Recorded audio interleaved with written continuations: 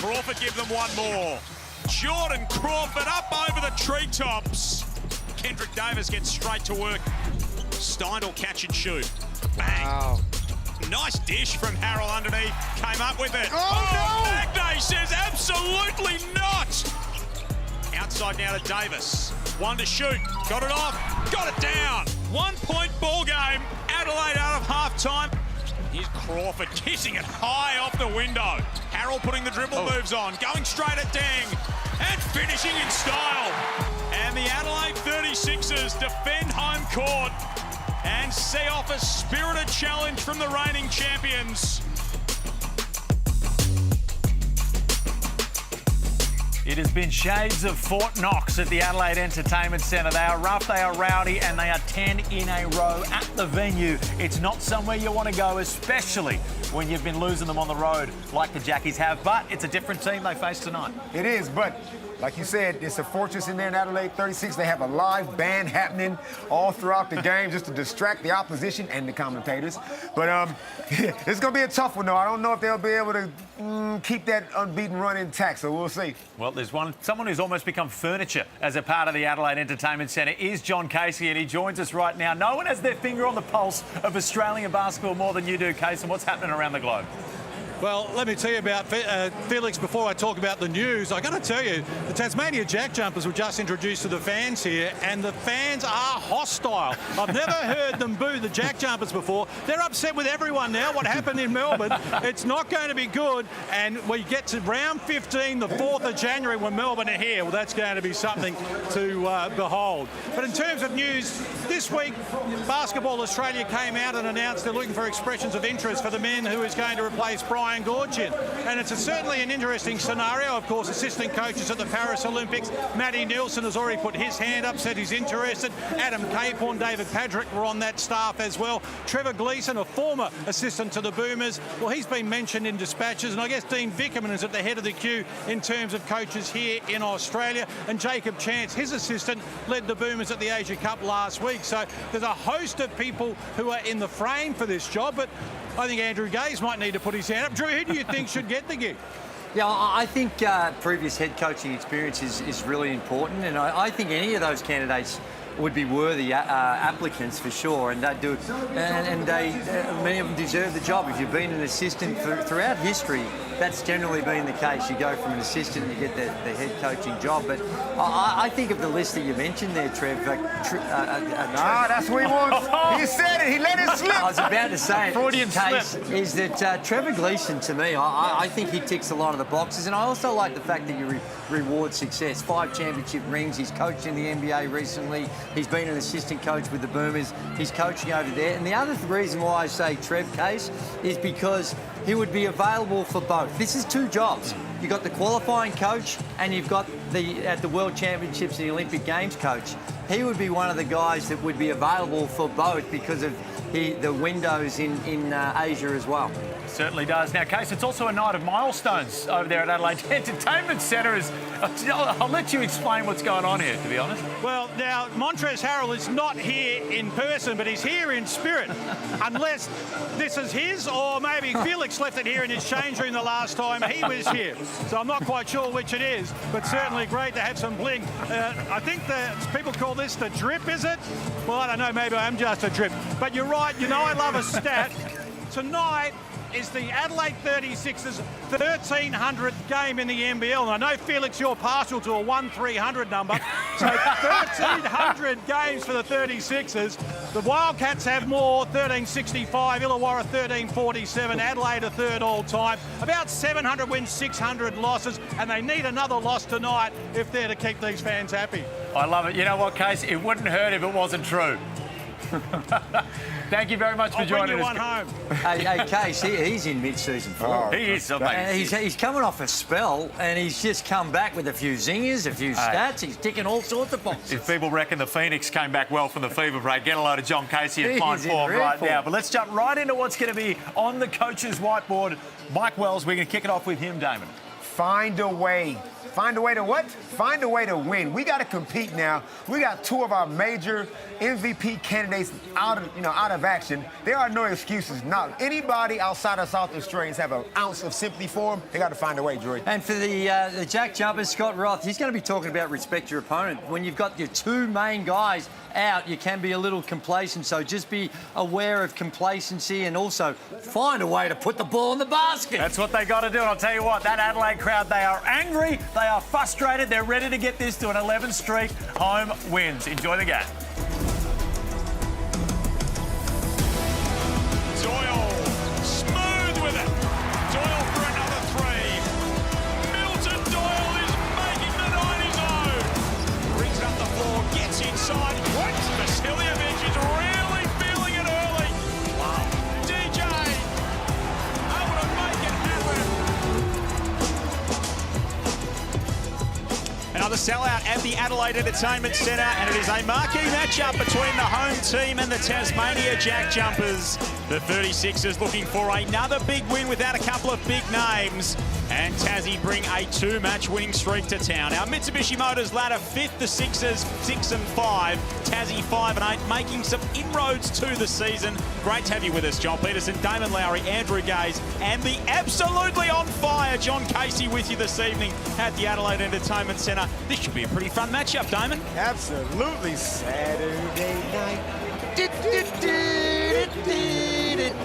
Yeah, every game matters in the Mitsubishi Motors NBL25 season. You got to work on that, Drury. Yeah, but this is a huge game for Adelaide, obviously. With those guys they have out, they have still got to play some winning basketball. They got 9,000 absolutely parochial fans ready to bring them home. Didn't have the karaoke on my bingo card, but I like it. Hey, they've got a big task tonight, Drew, to replace Montrezl Harrell and Kendrick Davis, both out with suspension. Well, you can't bring anyone in that's like for like. They've been fantastic this season, almost 21 points a game for Davis, and Montrez, it's the energy he brings with the 20 points as well. But you got to find a different formula because you can't just replace them, and that's going to be a challenge. They've got some veterans that can step up, and you certainly, with Martin, an experienced guy, won a championship here. It's a luxury that the Adelaide 36ers didn't think they were going to need it, but they're going to need it given the circumstances. And this man, DJ Vasiljevic, he's having a really good season, and he played second fiddle to Chris Golding with the Boomers when they were away last weekend, but he's lighting it up, and I think he's showing a real maturity to his game. Yeah, he's going to need a big performance tonight, Damon. He is. He's the captain of the team, and he's going to lead from the front. We all know what kind of flamethrower DJ possesses, but it's going to have to be those other things. He's going to have to get his teammates involved as well, because Kendrick Davis obviously is getting a lot of guys involved. I'm expecting to see a lot of Jason Kadeem tonight, and that'll help take a little bit of pressure off of DJ, but he's got to be his explosive best. He started the season MVP form, DJ Vasiljevic. He's cooled off a little bit in the last little while, but he will be right in the frame this evening. That man has had his team just on the improve in the last couple of weeks. Won their last two, 5-8 coming in here.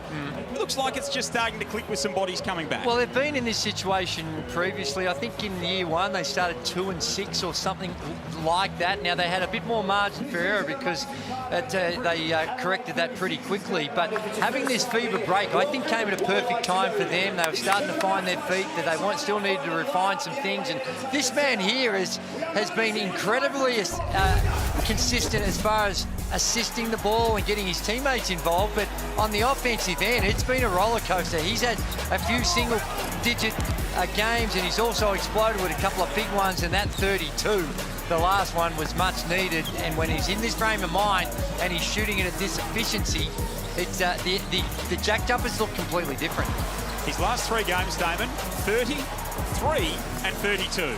Yeah, he's the Dr. Jekyll and Mr. Hyde of the NBL. You just never know what you're going to get, but his best is better than a lot of people's. And his best, Will Magnay, is very, very important to what they do. He was fit and healthy last time out. If he can protect the rim tonight against an Isaac Humphries, that'll go a long way. 100%. Now, Will Magnay's having a great season at 14 points and 7 rebounds. I like to round up. But I'm that guy, Drew, that just always asks for a little bit more. Yeah, now, I need him to stay on the floor, stay out of foul trouble, and the JackJumpers got to get him the ball.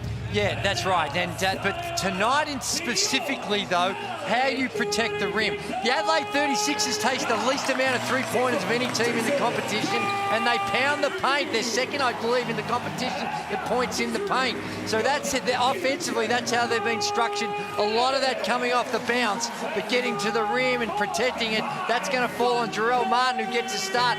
They've still got twin towers. Jarrell Martin and Isaac Humphries. What an inside presence. That's almost 1990s style of basketball. And then, of course, Jason Kadee, the veteran, Vasiljevic and Sunday Dech, he can, the defensive assignments that he's going to have are going to be important. Yes, a couple of new faces in that Adelaide starting lineup. Martin and Kadee with their first starts of the season. Sean McDonald gets just the 12th start of his career for the JackJumpers this evening. He's into that starting lineup with Doyle, Tarangi, Steindl and Magnay for Scott Roth. I did not get the email that the the president of the Little Big Man Society was out. Jordan Crawford, his 14 points will be missed. So we got Ruben Tarangi into the starting lineup and Clint Steindl, who we all know is a sniper. So no Harrell, no Davis, and no Crawford for Tassie. So who can do the job with what they've got out there this evening? And maybe this will just be a race to 90 for Tassie. Adelaide have won 11 in a row when they've kept their opponents under 90 points. Tasmania has won its past 9 in a row when it's scored 90 points. He did that last time out. Can they do it this evening in a venue in which Adelaide has not lost in this calendar year? They have been dominant at home in front of another sellout crowd again. The second leg of our Saturday night doubleheader. There was the Phoenix getting it done over the Hawks in the early fixture. And it's the Sixers and the Jackies in the nightcap. Saturday night hoops here in the Hungry Jacks NBL. Jackies will give us the first look at it. Doyle had 32 last time out. Career high 8 3-pointers. Dished it off to Steindl, who starts out hot. Well, they play with great tempo, don't they? They are a half-court team and had a number of options in that set and still settled for a three-ball and a very reliable three-point shooter in Clint Steindl. Good start for the Jackies. Everyone gets a touch, gets a feel for the game. Jarrell Martin's a little bit off with the three. What are you looking for this Adelaide starting five, Damon? Yeah, they got to establish an inside presence, and they got to do it early because Isaac Humphries and Jarrell Martin, they're not high-minute guys. They're not going to be playing 30-plus minutes a game, so you want to get them involved early before they get tired. Bruising screen from Will Magnay on DJ Vasiljevic. Sixers force a turnover. Vasiljevic driving through the paint. Can't get it to go. Humphries offensive rebound up and in. Well, just a missed assignment by Magnay. Didn't box out. And Isaac Humphries the right place at the right time. Played earlier in the season. Tassie led by 11 a couple of times in the first half. Adelaide came back to win by 4. Doyle stepping back. Good sign. If this is the Milton Doyle that we see every other game, because we're asking for 2 good games in a row out of him. And when him and Jordan Crawford have been playing together, them two haven't been able to click on the same night. So maybe, just maybe, Milton Doyle can pick up Jordan's slack. DJ baseline, tough shot. Casey, have you seen a little bit of a turnaround in the form of Tassie over the last few weeks? Yeah, it's been a grind, and it doesn't help without having Crawford. They're one of their prime movers, but Scott Roth figures it out. And it's a fine balance with what he does. He's never had the best talent in the competition, but he's been able to get the best out of what he has available. Like I said, that FIBA window, a few more practice sessions just to iron out some of the wrinkles would have done them well to good, albeit that the trajectory was looking good before the break. Like they just righted the ship. Such offensive woes early in the season. McDonald, no, but Magnay, yes. That's effectively a pass. Sean McDonald knew all he had to do was get it up on the glass to where Adelaide collapsed and helped out. And Will Magnay was going to clean up anything that missed. Early 6-point lead to the Jackies. Humphries takes Magnay to the block. Sees a double. Needs to get rid of it. And he walked. You happy with doubling Isaac Humphries with Will Magnay guarding one-on-one? Well, I think he's a good passer and just chucking it up a little bit, put him under some pressure. And boy, that was really good D by Magnay. The ball pressure to get that deflection.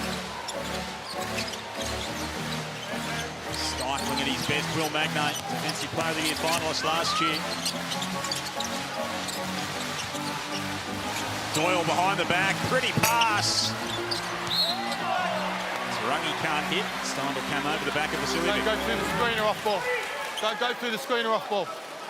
White 35! Push! Well, that was DJ.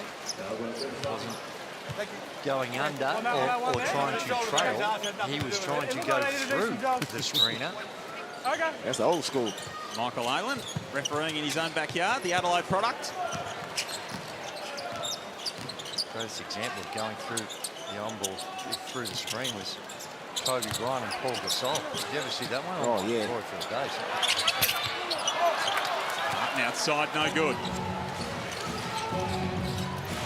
Sean McDonald, just his second game of the season, of course, had that nasty ankle injury at the Intercontinental Cup earlier in the season. A real presence to this Tasmania team. A lot of floor spacing. Nice pass to Rungy. Magnay, easy underneath. 8-point lead to Tassie and a timeout for Mike Wells. This is how disciplined the Tasmania Jack Jumpers are on the offensive end. Shawnee Mack has got Jarrell Martin guarding him. I straight away thought, clear it out. One-on-one, break his ankles.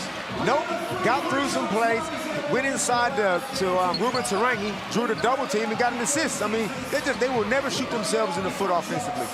So Tangerine timeout, Tasmania 12 to Adelaide 4. We caught up with Sunday Detch pre-game. John Casey asked him whether the players are over the broad controversy.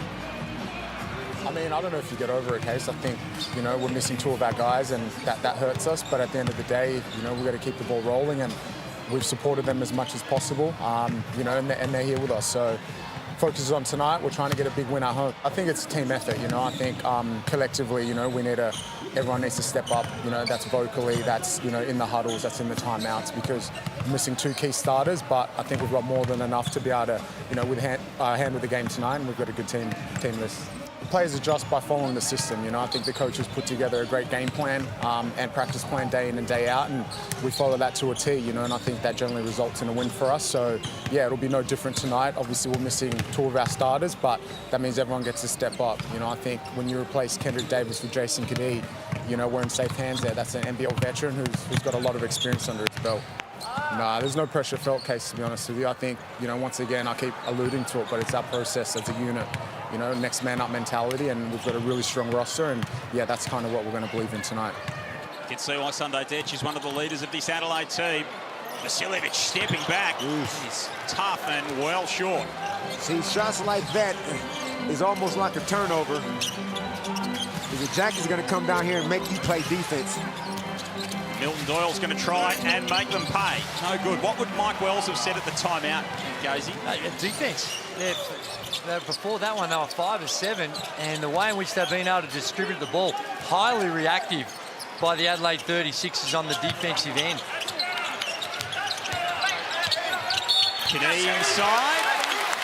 He's fouled on the way through. Good patience by Adelaide, swung the ball around. Jarrell Martin's missed his first 2 threes. He could have jacked that one. Got the extra pass to Jason, and he attacked the closeout.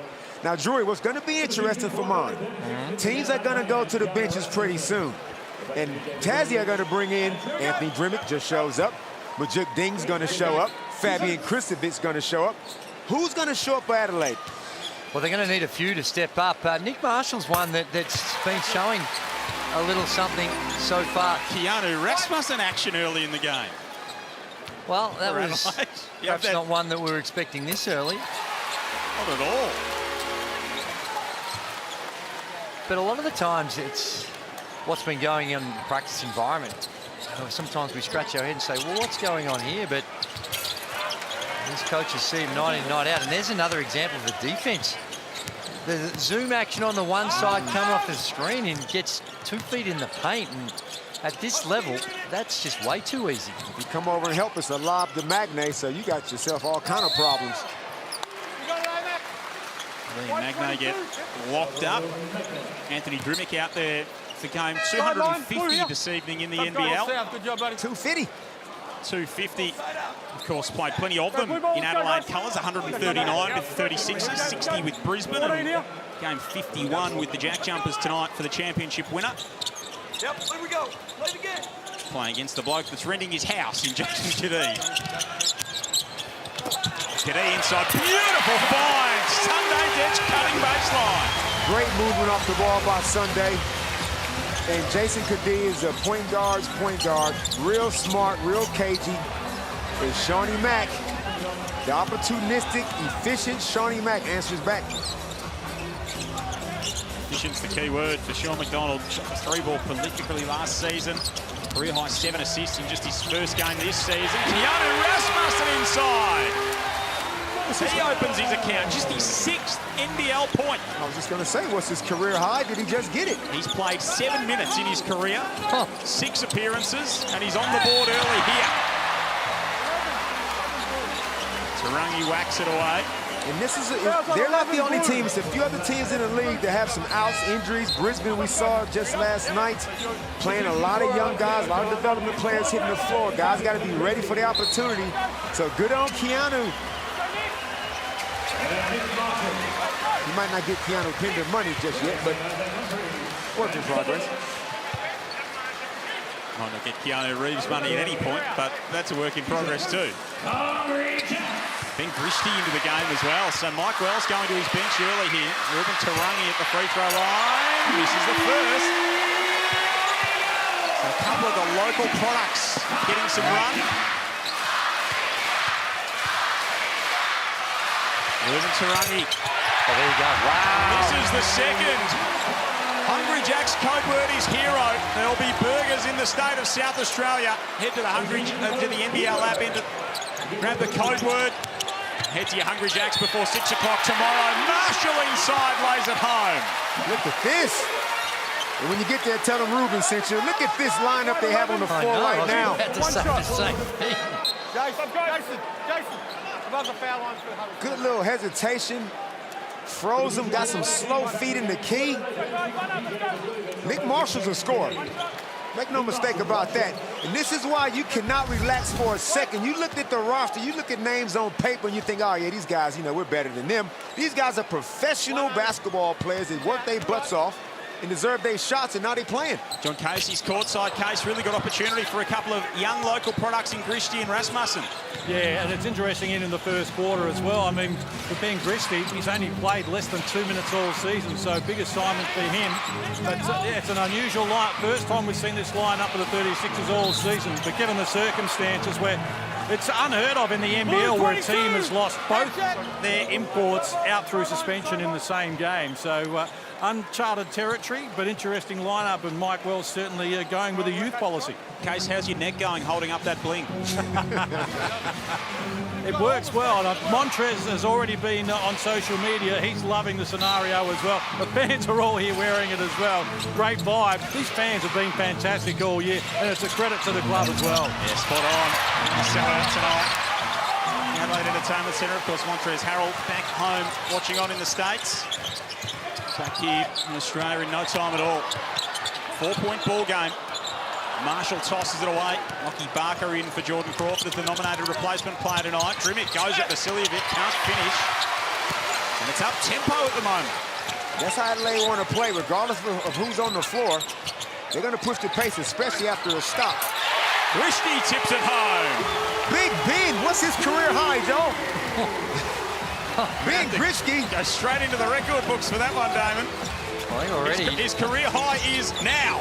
2 points. And it might be career high in minutes, and he's only played a minute and a half. Drew, you'd be very familiar with Lockie Barker's work?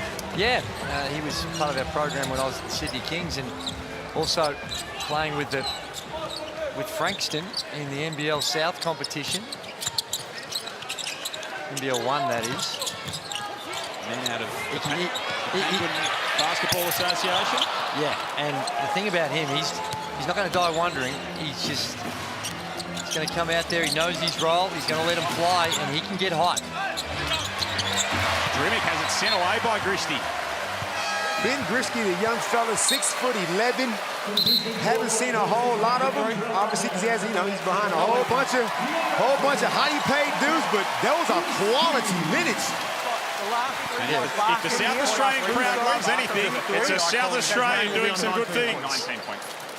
No, you can't. Out of bounds, okay? So I got to stay still here. We're just, there's just an issue with the... Brad, let him know. Hold, guys, hold. Just wait. With Grishty, you look at him and you see him coming here, but he played in the NBL 1, I believe it was with Sturt. and also played college basketball as well at Riverside, UC Riverside. So he, you know, it's not like this is completely foreign to him. Gee. You know what? The Adelaide 36ers have done a good job these last 2 or 3 minutes of rushing the JackJumpers in the half court. They've just got them playing a lot quicker and a bit more in the sweet spot, and they've looked a bit more impressive. Anthony Drimmick drops it down. And it's, I was going to say, they've looked a little bit more impressive on the defensive end as Drimmick goes in with a thunderous dunk. Didn't know Drimmy was still bouncing like that. White 12. We check the Amy replay right here. A very late switch by Milton Doyle. He paid the price. And speaking of paying the price, Let's go, guys. Nick Marshall, you got to get that quicker than that. All right, we're good. Shots. Ooh. Is that a hamstring by DJ Vasiljevic? He's grabbed his hamstring. And now that would be...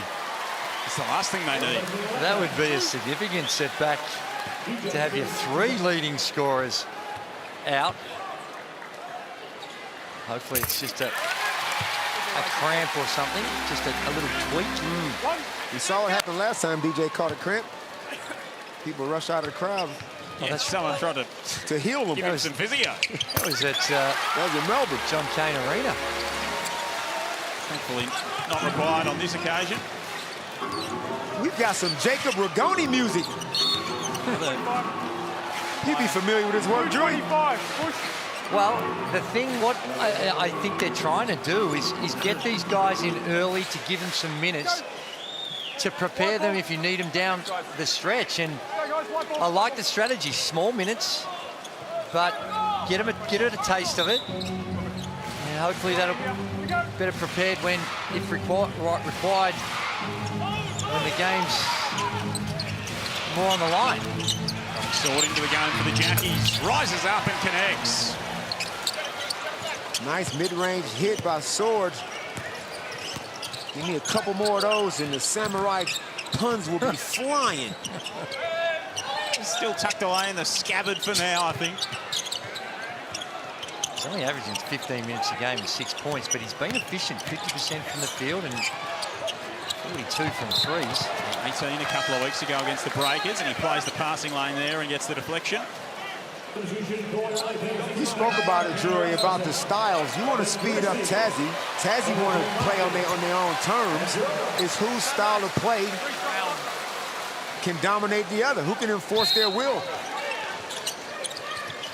So Christie, Rasmussen, Rigoni, Vasiljevic and Deck out there at the moment for Adelaide.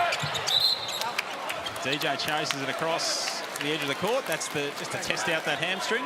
And this is what I like of, you know, these 3 young guys. Watching Brisbane play last night, you know, I felt they laid down in a lot of patches of that game.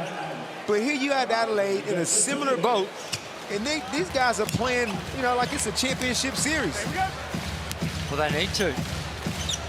Their schedule is such, you've got your 2 main scorers, and there's a violation. Trying to inbound the ball. One of your pet peeves, Damon. How hard is it in 2024 to get the ball in? Look at DJ. That is a major issue over there. DJ Vasiljevic is compromised. Because where are the points going to come from? But mind you, they got 19 on the board already, so. Black Main into the game once more for the Sixers. Oh, travel. Looks like a travel. Little hook shuttle guard.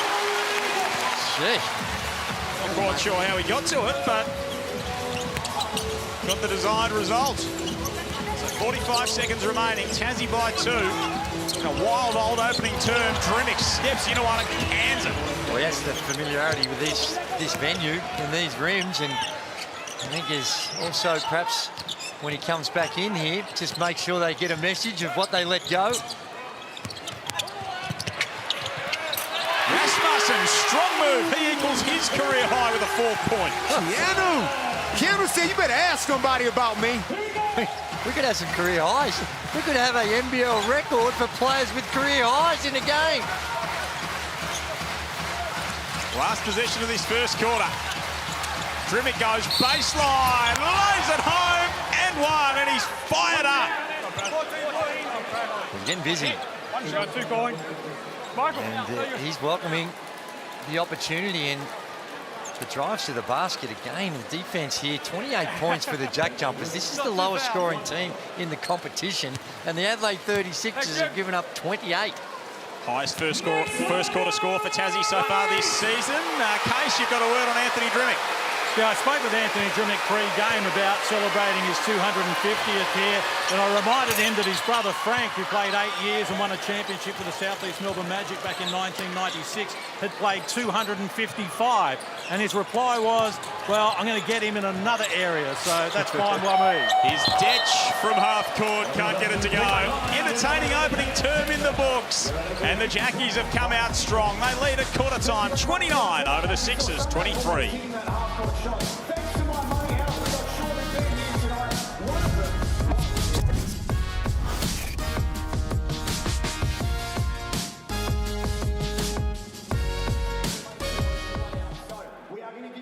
Challenge on my signal. You are going to cross and go to either end of the court. The first person to make 3 layups, meet me back here. We'll take care of the rest in a moment, thanks to my money house. Are you ready, boys? Good luck. Sean, Ben, 3, 2, 1, go! So they're going for layups. They need to make 3.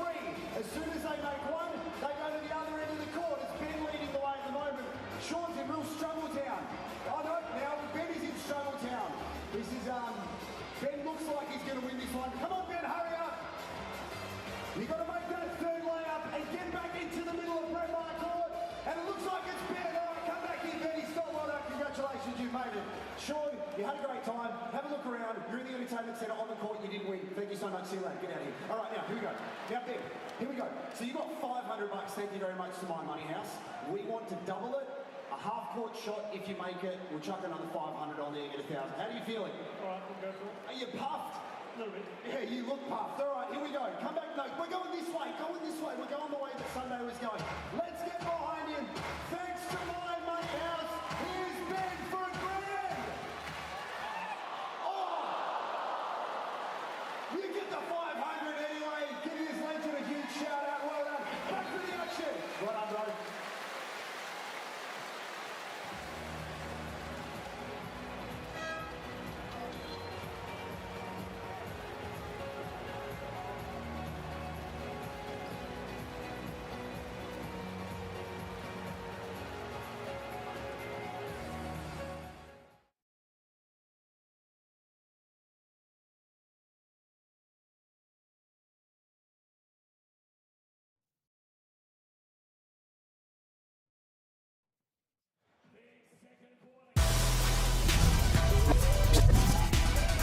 Quarter time in Adelaide. Mitsubishi threes were firing early for both of these two teams, but it was the JackJumpers who made the most of it, and they take a 6-point lead into quarter time. 29-23, Joel Peterson, Damon Lowry, Andrew Gaze, and John Casey with you. Saturday night hoops in the Hungry Jacks NBL. It was the Southeast Melbourne Phoenix too good for the Illawarra Hawks earlier. And at the moment, it's Tassie who hold a 6-point lead over Adelaide. They've won 6 opening terms in a row in this building. Now have the JackJumpers. And they've got a good record against the Sixers in recent times as well, having won 4 of their previous 5 matchups. Seen a little bit of everything in terms of rotation so far, Damon. Hey, with all due respect to these players from Adelaide who don't get a lot of playing time, you could argue that that was a NBL 1 team out there on the floor. But what I love about it is they played their butts off, got 23 points up on the board against Tassie, the best defensive team in the league, as Nick Marshall, he needs no invitation. No, and he's perfectly geared for a situation like this. Playing with Mount Gambier, he is that go-to guy. So it's not as big a jump, something new to him, but they need to find a way to play some defense, and in particularly on Drimmick. He's having his way with him, the way he's got to the board. 12 points, 5 of 7 from the field. He hasn't had a massive season, Anthony Drimmick. A slow start for him. Now on the floor. Sideline, guys, sideline. 32 white. So important to what they did last year. Drimmick was sick at the start of the season and just took a little while to find his feet, but he's been terrific in the last few weeks. As long as he plays with that Drimmick intensity, he'll be fine, whether he starts or comes off the bench. He's obviously huffing and puffing a little bit right now, but he's having a phenomenal start to this game. He's headed to the bench. Speaking of the bench, we've seen DJ Vasiljevic there a fair bit in the early stages. John Casey, you've got an update on him? It looks as though he's about to check back into the game, but he was certainly icing his hamstring on his right leg. Had the ice pack on that and was receiving treatment from Tristan Chai, the physio, as well. But I think we've got a record here in this opening quarter in terms of players involved, because Tasmania used all 11 players in that first quarter. Adelaide used 10 out of their 11. Tom Cubank is the only one out of 22 players involved tonight who hasn't been on the court just yet. Tom being screwed. Get that man in the game. Yeah, we need to see Tom shortly. That is remarkable when you think of we've only played 11 and a bit minutes in the competition in the game, and to have that many players coming in. Sword gets it to go. He's in the rim. 32 what? He's in the rim. And he's taken a lick to the face. Let's have a look. Everybody calm down. Let's have a look. Is he in the no charge circle now? I think he is. He's moving too, though, Drew. Well, he's in the, I believe he was in the no charge circle. Now, did he catch the ball outside the key? See, I don't know whether that one... I mean, you can go up to shoot the ball. It just so happens it's not like he threw an elbow or anything. I think this challenge will be successful. I hope so, for the sake of the sanctity of basketball. So Tangerine timeout in the coach's challenge. Tassie 31, Adelaide 26. I have the offensive player on the ground and goes through the defensive player. Yep. So I'll have a look at it at the replay centre. This is what we are reviewing. Whether that is... There is no way that's a charge. There is no way that is a charge. The man can't go up and shoot the ball. He's going forward. It's that angle. It seems like... I mean, it's unfortunate Kadeem copped it in the chin, but I mean, he's just rising up. Coach's challenge is unsuccessful. Oh, that is nah, that ain't no good. I'm sorry. See, that's why this is such a hard call, even on the replay, because I think I tend to agree with the replay centre that was a charge, and you're pretty, in fact, quite agitated with the decision. I mean, come on, Drury. The integrity of the game. Look, everybody makes mistakes. Referees make mistakes. The review panel makes mistakes. So 31-26. Scott Butler's in the replay centre. Scott, talk us through that. Guys, when you actually process this play, there's a few things to look at. So Kadee is actually inside the defensive semicircle. He has established position, but when the contact is made by Sword, he takes off from inside the semicircle. So he's actually inside himself. So therefore, the defensive semicircle doesn't apply. The offensive foul will stand. Good on you, Scott. Thank you. Appreciate the explanation, as always. Yep. 2 for Adelaide. I don't think Damon, I think we had that ruled down early, as far as the no charge circle. Damon just didn't think it was a charge. I just didn't think it was a charge. Again, a philosophical disagreement. But you know what? I'm going to accept the decision of Scotty Butler in the review center, because I don't argue with referees. It's very noble of you. Now, Scott Roth wouldn't be happy. That first quarter, Drury, to give up 23 points to an NBL 1 and NBL team, with all due respect, at 50%, that is not what the JackJumpers hang their hat on. And you know, the Adelaide 36s, I've been talking about it a bit, but the Jackies are shooting at 62% from the field, 80% from the three-point line. They are currently last in both those categories across the course of the season. And teams can get hot from time to time, but across that entire quarter, I thought they got way too many good looks. Sixers 2 of 10 at the other end. McDonald banks that home. And there's another perfect example of what I was talking about. McDonald just walks into that. The work they're doing, I think they're going to have to be a lot higher on those screens.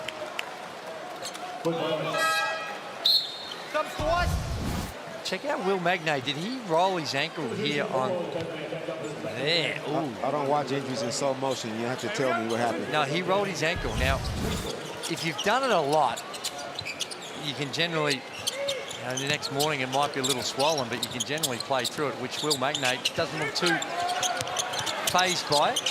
He's got the minerals to move on with things. Yeah, there's no sitting out for something like that. Just play on, soldier. And tough stuff, Will Magnay, we know that. Of course, the shoulder injury a few weeks ago. He's still got that right shoulder strapped up.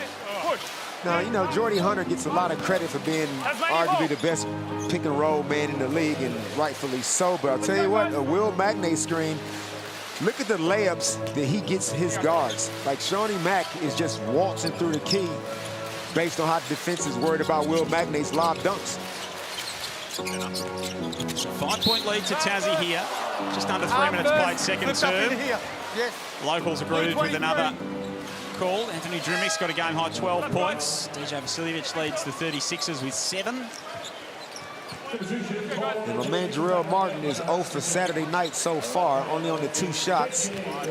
No rebounds, not to start. And both those 2 shots, Damon, have been from the 3-point line.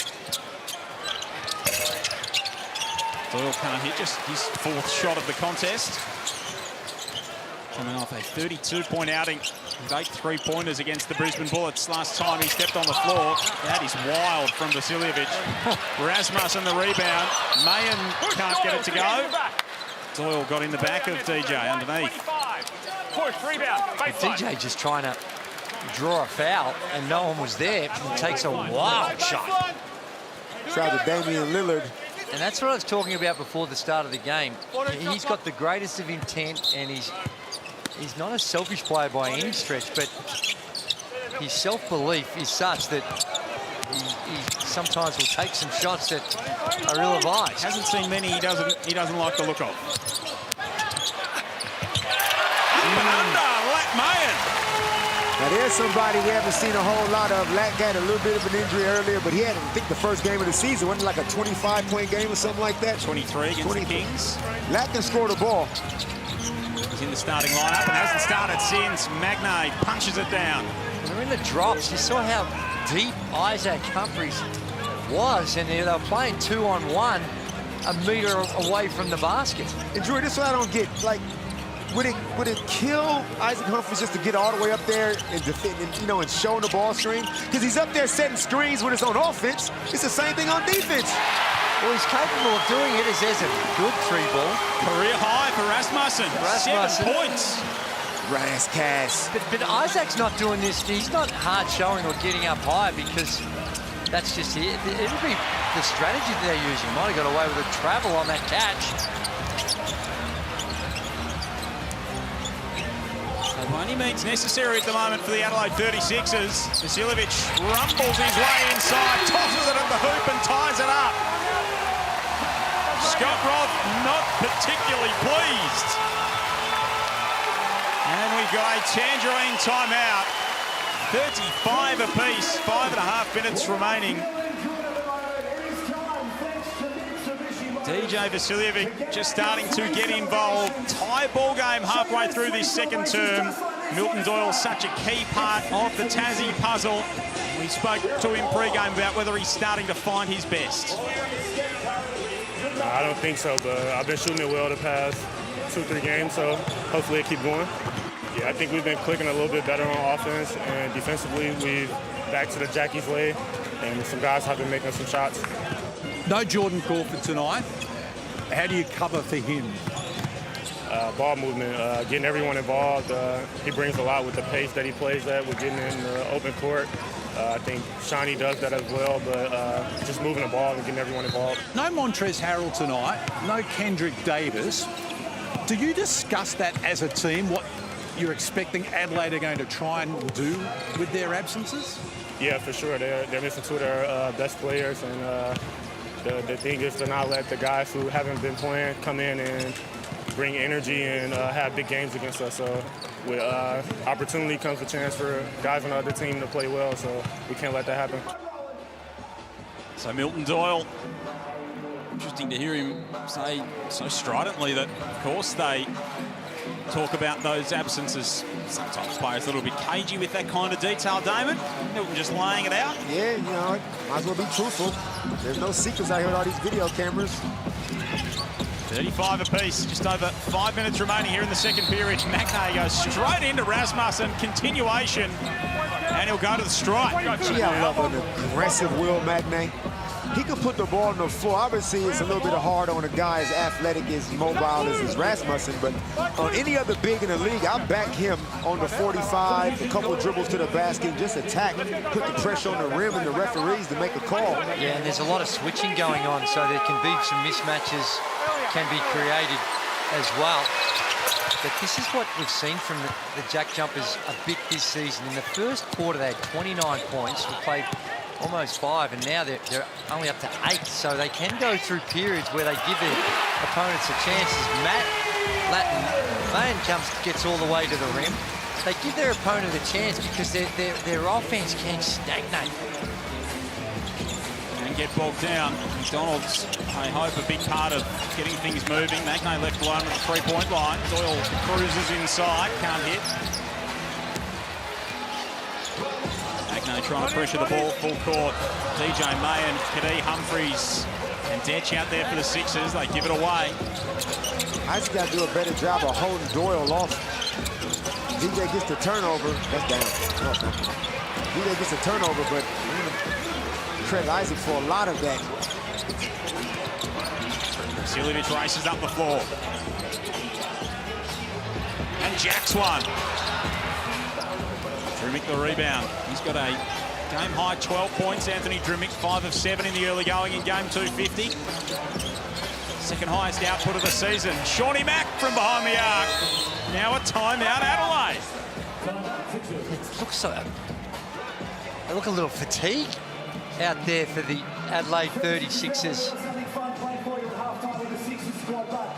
So a good timeout call. One to break a bit of this JackJumpers momentum, but to give his players a spell, despite some pretty significant rotations. Looked a little weary. Let's have a listen to Mike Wells. So, that guard-to-guard action's a white. It's a white over there on that guard-to-guard action, right? We got to get up into them. You okay? Okay. We're in domino. We're in domino 1, right? We're in, let's just go, we're in flat. Rub flat. You be in the 5.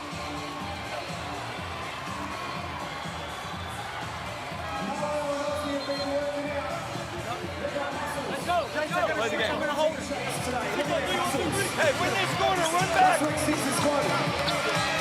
Just a visual diagram there from Mike Wells at the end. Mike Wells has decided that doesn't want to give the viewers at home an understanding of what they're going to run, so gives us the silent treatment and just draws it up on the board. Trevor Gleeson was another one that used to do that quite regularly. Throw it up in the sand, schoolyard type stuff. Only problem is we're all watching it anyway, so we're going to see. We can't see it, and we're not allowed to show the board. Yeah, but we're going to see what they do right now, if they execute, that is. I think they do it because there's some theory that they have a spy listening into and then send a message down to the team. Quick. This is what they're going to do. I don't think it's... In 7 seconds before the timeout? To me, that's ridiculous. It's absolutely absurd. Thanks, Mike. Big guy. It is one of the dumbest theories of all time, and there's some dumb ones getting around. I tend to agree. Marshall, Kadee, Humphries, Mayan, and Detch out there. But what it can do, it can give you coaches the calls for certain plays. So if they hear it in the timeout, and then during the course of the game, they understand what the call is. They know what the action's going to be and the priority and who it's going to go to. Kadee tries to go baseline. Drimmick picked it off. Good team defense from the JackJumpers, as you heard Damon Lowry say. Inside Andrew Gaze in commentary tonight. John Casey courtside. Drimmick fading away. Humphries extends to provide a bit of disruption. Gets them going at the other end, and Marshall races up, but can't finish. Nick Marshall reminds me so much of a young Scott Minnis.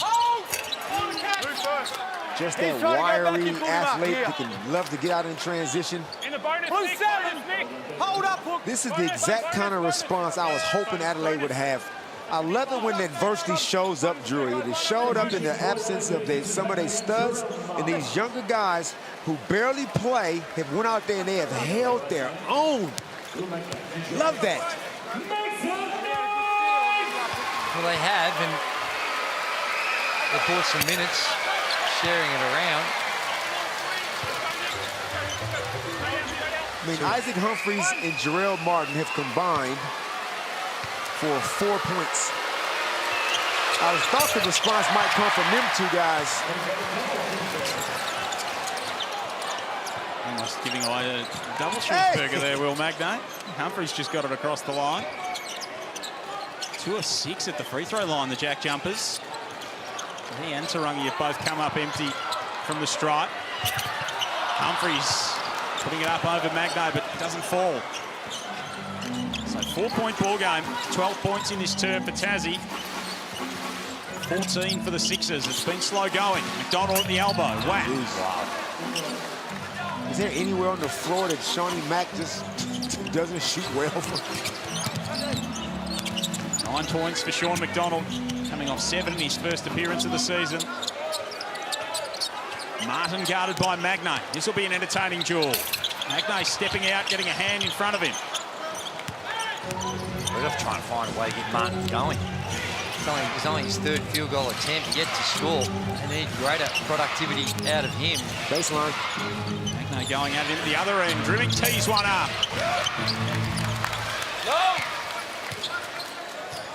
What a contrast. Free-flowing, a lot of scoring, 23-29 in the first. And now we've got this struggle on the offensive ends, 14-12 in this one. It's been a grind in this term. 4 seconds on the shot clock for Detch. Oh, Magnay in trouble underneath. Can't collect it. Oh, Detch has missed the bunny of all bunnies. 3 point-blank misses for the Adelaide 36ers. He had far too much time to think about it then. All 3 of them, though. That's hard to do. That is very hard to do. I'll tell you what, if this game was being played in some other countries, we might be asking some questions on the basis of that play. This is Keystone Cops type behaviour. Not this. Not this. No. Well, again, Isaac just concerned about the roller, and see how far off he is. Drop D is just unsustainable. And it's just unsustainable, Drew. He was. Sean McDonald gave him an opportunity to come out and close out, but didn't want it and just almost forced McDonald into shooting that. Got to find the finish at one end and pass from it at the other. Rasmussen back out there. He's got a career high 7 points. The Adelaide product. Sunday Detch. Beautiful drop off and Humphries with the hammer. Ready to draw the D, draw the double team. Probably didn't need to do it. The Nice was the recipient, and he's in that drop D, and he just dodged the bullet. Mark, stay here. Came back at them late in the opening term. And that is a foul on Doyle. Smart. DJ in transition, he just doesn't settle for threes. He know they're in the bonus. Put your head down, attack the rim. No, he's really crafty when he knows the team's in the bonus. He does a good job of finding defenders' legs. Finds their legs and just drives into them to work his way to the free throw line. Here we go, we're shooting. Third foul on Milton Doyle as well, Damon. Looks like we're getting which one was the bad one, Dr. Jekyll, Mr. Hyde? Was both of them bad? Abby? Well, thanks, guys. Can't go with you there. Well, just one of them. Might have been a bit before my time. Oh, with Dr. Jekyll and Mr. Hyde. I think that was the theory. One was, theory. You know, one was good, one was bad. Bit of contrast. Yeah, the contrast. And right now we're getting the contrast with the Milton Doyle. Unfortunately for all of us Milton Doyle fans, 3 fouls, 3 points. That's why there's 2 halves of basketball, though. That's why there's 4 quarters. Second free throw, no good. Time winding down in this opening frame. Good pass. Donald had to just bounce and sit there forever. Looked like Josh Green in the NBA earlier today. Spent 5 seconds on the rim. 3-point ball game, 1 possession. The difference. That's a wild pass from Isaac Humphries. Is that a turnover? Can you call it? Can two guys take a charge on one play? It's an offensive foul, so it will be a turnover. The Google machine tells me Jekyll was the good one, by the way, and Edward Hyde was a murderous criminal, which I believe is not good. That's one of the more easier decisions the officials will make. Two players established good positioning. That's when you know you're committed to defense. So 6 seconds between the shot and game clock as we wind down in this opening frame. Tassie 43 to Adelaide 40. Adelaide came from behind to beat them earlier in the season in this venue. Offensive foul. 122. Really? Offensive foul. Magnay picks up the personal, his second. It's the pitch, it's the handoff or the pitch, and then he turns his body and it's a moving screen, which they call. Well, you've got to be fair to both the offense and the defense. Have a look, there it is, and he just, not a lot, but he sticks his leg out and gets called. I'm with you. It's soft, but it's there. Okay, here we go. Pat Reedy couldn't play basketball today. Shout out to Pat out there. He out there somewhere. Rasmussen bringing the ball up here to close this half for the 36ers. Marshall, Kadee, Humphries and Vasiljevic out there with him. DJ all the way inside.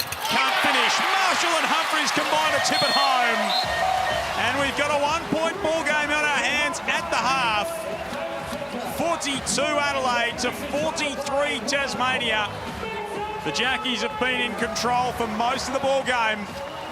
And the Sixers are turning the screws as we get to halftime at the Adelaide Entertainment Centre.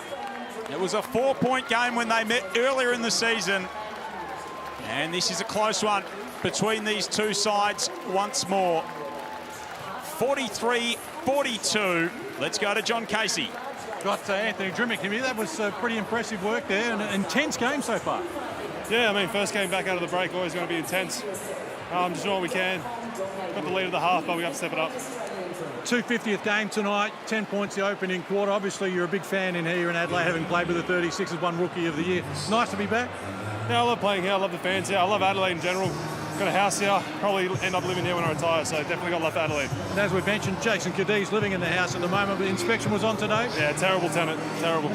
Good luck in the second half, mate. Appreciate it. Not a great reference from Anthony Drimmick. Sean McDonald's going to reflect on the Jack Jumpers Championship at the half-time, so don't go anywhere, Jackies fans. You lead by 1 at the half, 43 to the Sixers, 42.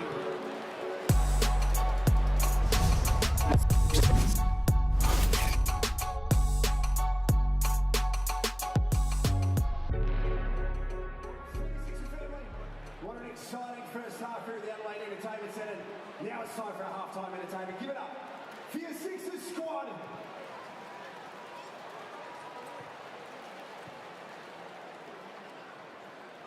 これからみんなでめちゃくちゃ踊って騒ごう騒ごう。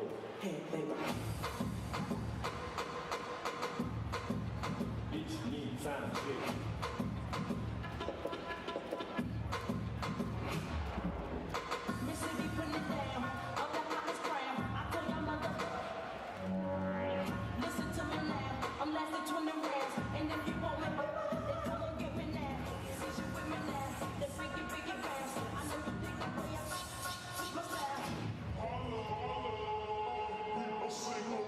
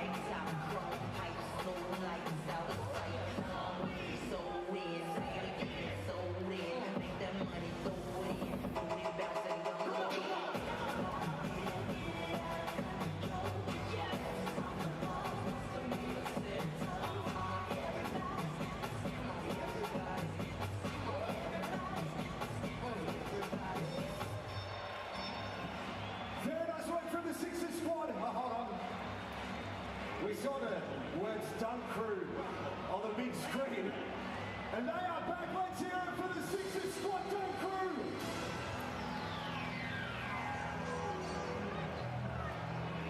Let's get ready to rumble.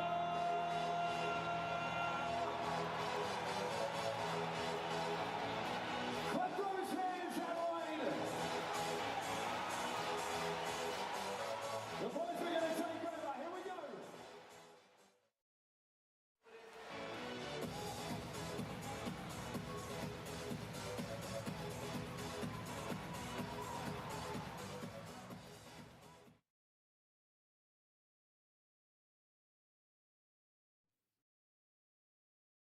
Yeah, I mean, it is a bit of a blur now that I look back at it. A series like no other in a season that has been simply unbelievable. The JackJumpers are the NBL champions. First game came out and we kind of got smacked. Game 3, obviously, probably the best shot in NBL history. McVeigh, 2 on the clock. Oh! Simply incredible. Shout out to Jack for that. But yeah, just a whirlwind. But yeah, it was a hell of a ride.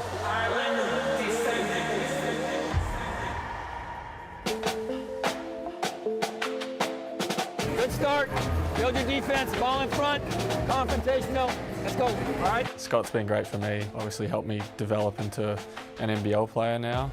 He gives you a job to do, and you know, if you do that job, he rewards you with playing time, and he simplifies the game. And I think his calm presence on game day has been huge. We obviously are boys off the court, all of us as a playing group, and to have a coach that buys into that is just a really cool thing. We know our roles and what we have to do, and if we do them, he's happy regardless of the result. Sean McDonald is a big part of what Tassie's trying to do. Great to have him back in JackJumpers colours. 43-42, the JackJumper half-time lead at the Adelaide Entertainment Centre. It is a great game in the second leg of our doubleheader on Saturday Night Hoops. Joel Peterson, Damon Lowry, Andrew Gaze with you. There's been all kinds of rotational quandaries thrown up tonight. No Harrell, no Davis, we know that. No Crawford for Tassie. And Adelaide, at least in our Hungry Jacks halftime highlights, have found some lesser lights to step up and do some of the work done. You don't understand how happy I am, Joe, to see these guys get some playing time. Keanu Rasmussen, you are officially Razzie Kazi. 7 points. Drury, he's shooting at 100%. He has not missed. My man, Big Ben Gritsky, all 6'11" of them, at 100%. Okay, it's only 2 points, but it's 2 more points than what Jarrell Martin's got. These young dudes are playing. They're professionals. They earning their paychecks. I love it. Yeah, they are. They've stepped up and they've got some minutes. And like I said, they're valuable minutes because as the game goes on, they might be required down the stretch. We look at the shooting and both teams have shot it at a reasonable pace. The JackJumpers in particular, they've only taken 10 three-point field goal attempts, but they've made 5 of them. The free throw shooting, oh my goodness. Neither team's been to the free throw line all that much, but pretty balanced across the board. And I think if you're the JackJumpers, you talked about Jekyll and Hyde, 29 points in the first quarter and then 14 in the second. It's a complete opposite to what we've seen. And Milton Doyle, they need more out of him. 1 of 6 from the field. He's only got the 3 points. And in a game like this, and you're trying to find scoring, that's part of the problem. And your superstars need to step up when things dry up. And they weren't able to do that in that second quarter. Milton Doyle's got some foul trouble as well. One man who has stepped up is Anthony Drimmick. Game 250, he came out firing. He's been really good for them. He's got a game-high 12 points done. Anthony Drimmick is playing some great basketball. He's back to his aggressive self. You know how he just toes that line a little bit, just borderline nuts. I love the way he's going about it right now. He's attacking the rim. He's playing defense. He is the emotional. He's what Jack McVeigh was, I feel, last season. He's the emotional barometer, I feel, for this team. Because they got a few guys on this team with some very laid-back personalities, and they need Anthony Drimmick to set the tone. Well, they've needed his scoring as well. And he's got 12 of them, 5 of 9, really efficient, 1 of 2. You look at the Blackmore shot chart and the work that he's getting. Most of those ones, particularly those 3 around the no-charge circle, they've all come off the bounce. and he's been able to get really deep, get 2 feet in the paint and get some good scoring opportunities. And I like it when he's aggressive and just doesn't settle for that perimeter game. Had 14 points in their first game of the season, 12 tonight, so his second best output of the season so far. Hey, big doubleheader coming our way tomorrow. 2 really marquee matchups. We've got rivalry round or heritage round next round in the NBL. And these are 2 heritage-style matchups. Melbourne and Sydney tomorrow in the early game, and then Perth and New Zealand. Yes, please. All kinds of exciting. It's all happening at John Cain Arena.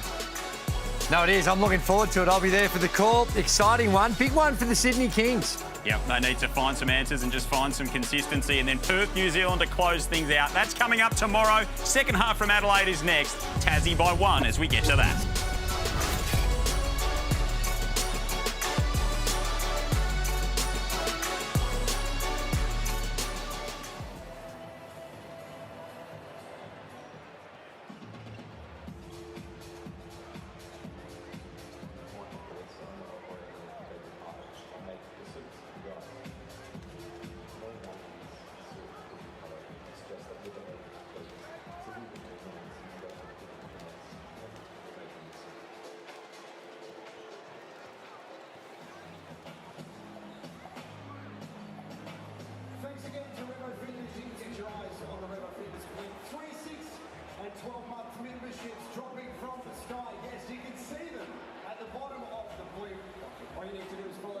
On the voucher to activate. Remo Fitness join today train.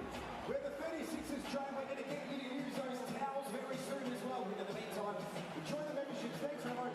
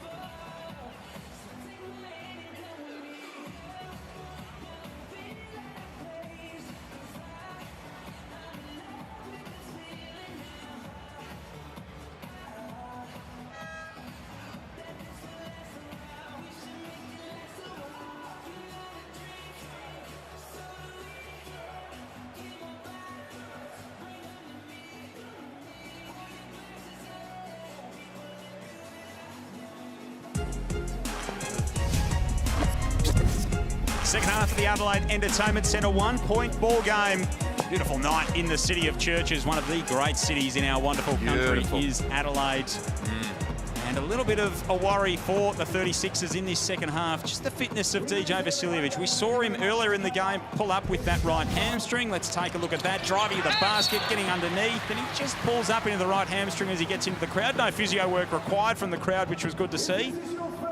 John Casey reported earlier in the game he had a little device on it sitting on the bench. So it's the last thing they need with Davis. A device. I was going to say, if you're going to stay in the game, mid-game, I wouldn't be recommending whacking some ice on it, would you? No, definitely not. But you can have a device on it. He had like a little ice pack or a heat pack or something, so it might have been one or the other. I wouldn't mind. I don't know if it's good for you, because it might, if there is something wrong, it might help facilitate some swelling, which you probably don't need. But the DJ's like, we'll worry about that after the game. I'm playing. He's out there. He's a going. baller.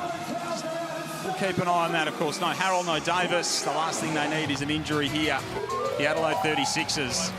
And for the Tasmania JackJumpers, they need to get Milton Doyle going, as we spoke about. 3 fouls. And Will Magnay, he's got 9 points. He's 4 of 4, Damon. He's had 10 shots or more only 3 times this season. They need to get that man the ball, and they do here to start. I don't get how that's possible.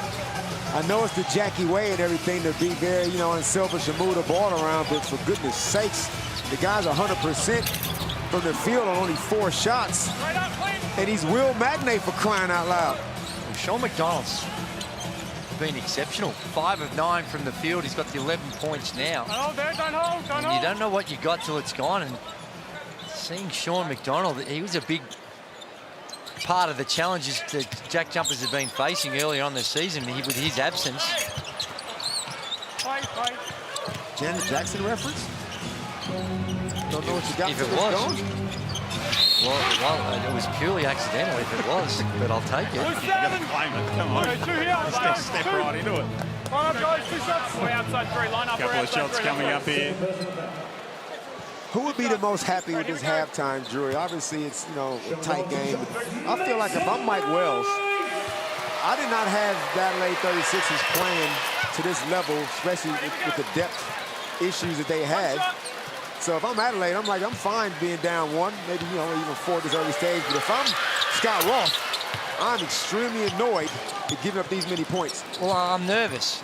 You've got to be respectful for the Adelaide 36ers, like we said pre-game, that they've still got a lot of talent out on the floor, a lot of experience.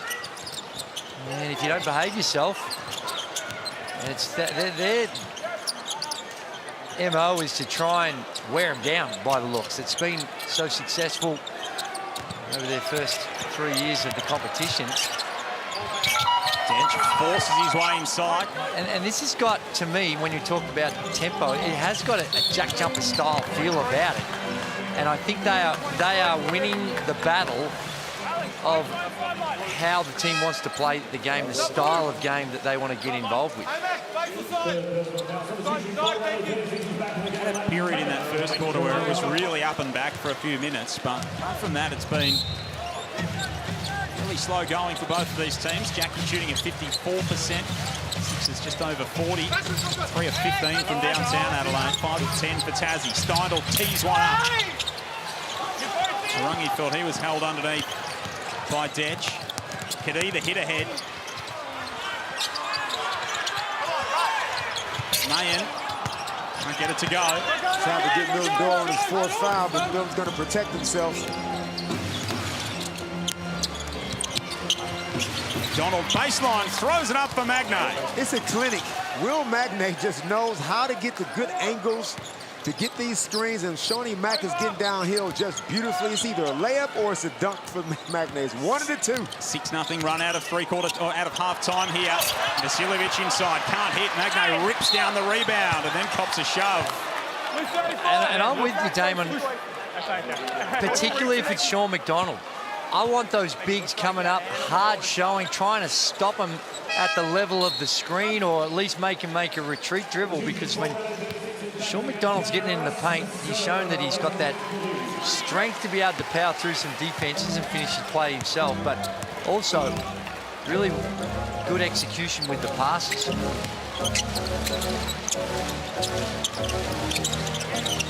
Tarangi, McDonald, Magnay, Doyle, Steindl, the 5 for Scott Roth at the moment. Donald thought about it. Humphries, well done inside. Terrible passing angle to make that pass down low to Magnay. Detch for 3, got it. Good hit by Sunday. He's having a career season from the 3-point line as far as efficiency. He's one of those ones that if these feet are set, you need to respect him. Your man. 36% of the season for Sunday's Edge, and a little bit of razzle-dazzle from Raskas. He's playing both ends of the floor. He came in for Jarrell Martin, who is... Now, Drew, can we defend Jarrell Martin a little bit? Clearly, he's 0 for Saturday night, but Adelaide has not really put him in positions of his strength. No, absolutely, and that's where they got to... I'm sure they'd have some sets in their their plays and what they can do to try and identify him, and they need to find a way to get him some more touches and better looks to get him going. Scan the QR code on screen, download the free NBL app now. You can win a $1,000 Visa gift card. Of course, you've got all your stats on there, all the shows, live Supercoach scores through the NBL app as well this season, which is a really, really handy feature. So download the NBL app, you can win a $1,000 Visa gift card. And you can spend it on whatever you like. You buy plenty of those Adelaide 36ers gold chains that John Casey was repping earlier tonight. If you get Case to sign it for you, I don't think you'll get it for $1,000 though. It'll appreciate in value considerably. 2-point ball game. That was great D by DJ. Forced Clint Steiner into a terrible shot. DJ high off the glass. And then rewards himself on the other end. Playing on a gimpy hammy, but he's a baller. Donald outside. It's come off every corner of the apparatus. Hey, I see that, DJ. Come in. I see that. I didn't want to cancel bus. I didn't think you picked it up. Okay? Second leg of a Saturday night doubleheader earlier tonight. The Phoenix, as you see, defeated the Hawks 103-100. Owen Foxwell absolutely showing out. Career highs in just about everything.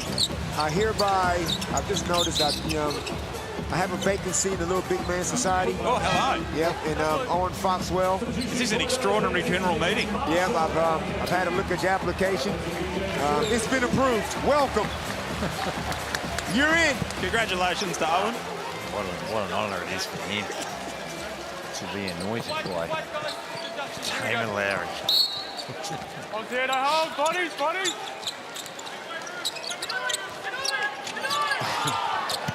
Who can ask for anything more? Thank you. Foul on the play. Offensive foul. This game, I feel, is on a knife's edge. Yes, it's 6 minutes to go in the third quarter, but Jackie's got out to a 7-point lead. 36 has quickly erased it, tied it up. I don't know, I'm feeling like the first team at 80 could come out with the dub. Just the travel against Humphreys for the turnover. That is a foul against Keanu Rasmussen. Let's go, guys. White. Another of the Sturt Sabres products in this Adelaide 36ers team. Bit of a factory, Sturt, huh? Absolutely, it is. Basketball products out of there over the years. McNair among them too. And they get a call going their way this time, the locals. Center. Off the ball screen. See, I was just about to say, if Will Magnay just would have ripped that ball through and take Isaac is just all up in his personal space, that's going to be a foul. But because of the Jackie way, the way they played, Will Magnay is not used to going one-on-one from the elbow on really anybody. He's just not used to it. It's not his default move. But I feel like that is a major advantage. His foot speed against Isaac Humphries. He knocks the ball out of your hand. Well, Magnay trying to keep it in. It's Hyde ball game. Noel Peterson, Damon Lowry, Andrew Gaze, and John Casey with you. Marshall, Rasmussen, Humphreys, Mayen, and Detch out there for the Sixers. Foul on Sean McDonald. You see the contrast in what the JackJumpers are trying to do on those on-ball screens. They do come out, and that time a little too aggressive. And try and put some pressure as the ball carrier's coming off the on-ball screen. Hey, Case, can I get your bird's-eye view opinion on what's going on with Jarrell Martin? He got subbed out of this game early in the third quarter, and he's just been ineffective. What's your take down there?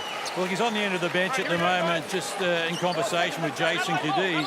They're just not getting the production out of him that they would like at the moment, and that's why he's sitting, I think. He's coming off his best game of the season, had a game-high 9 rebounds in that game against Melbourne, but just not able to get into the game at the moment. I've just spoken to DJ Vasiljevic as well, and he's told me about his problem with the hamstring He actually got a corky into the hamstring, and they're treating it with heat. He's telling me that if he sits for too long, then he's going to struggle to keep it moving. But at the moment, he's on a heat pack, and he won't sit out too long. He needs to get back into the game after getting a corky into the back of the hamstring.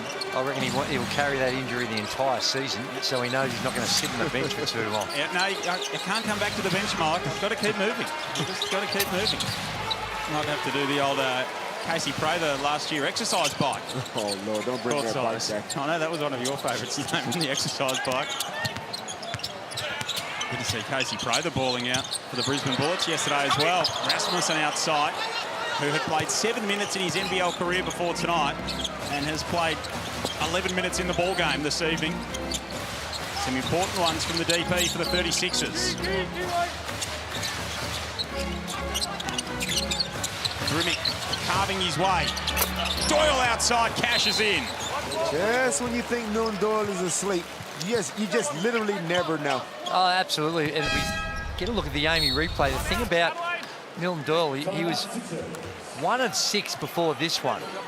But he's one of those guys that he doesn't get fazed by what's going on and his numbers during the game. Some people can get to 1 of 6, 1 of 7, they can go gun shy. Not Milton Doyle. First bucket in 2 minutes for either of these two teams. Tassie by 3 at the Tangerine timeout. Of course, no Kendrick Davis, no Montrezl Harrell tonight. With an update on them, let's go to John Casey. Thanks, Charlie. So I've got the GM of basketball, Matty Weston, with me here at the moment. Obviously, Kendrick and Montrezl back in the United States. Can you tell us a time frame on when they come back? Yeah, Kendrick will be back on Tuesday, so he'll fly it Sunday. And Montrezl will be another day or so after that. Because he's obviously got 3-game suspension, so the time at home's been good for him. So you were happy for them to spend a little bit more time there. Thanksgiving, I know, this week as well. It's a big holiday for them, and I know it's important for their families as well. And they've been working out, so they'll come back revived. Montrezl has been vocal on social media about the whole scenario. Do you encourage that? Do you need to speak to him about that? Do you just let him go? Maybe speak to him a bit. I don't know if I encourage it, but that's who Montrezl is, and that's why we love him. And just quickly, tell us about recruiting Montrezl, because it was almost by accident to a certain degree. It was. I stumbled across a workout in Las Vegas during the Summer League, and I saw him, and now we got him, so it's good news. It is good news. Thanks for your time, Matty. What a pick-up it's been for them. Look forward to seeing both of them back out here very soon. I'm sure there could be some debate about whether or not they should be back here practicing, but it has been Thanksgiving. And I think it's one of those ones you got to know the personality, and it's not the same rules should apply to everyone. Right. I don't think. I think that there's certain personalities, certain types that you're going to have different rules for as far as a decision like this. And Trez is the kind of guy that he thrives off of any kind of slight, any kind of maybe controversy, but he'll get himself going. He's a gamer. So whatever it takes to get him back, as long as he's in a nice emotional state, I can't wait for the first game back, though. That's going to be lively.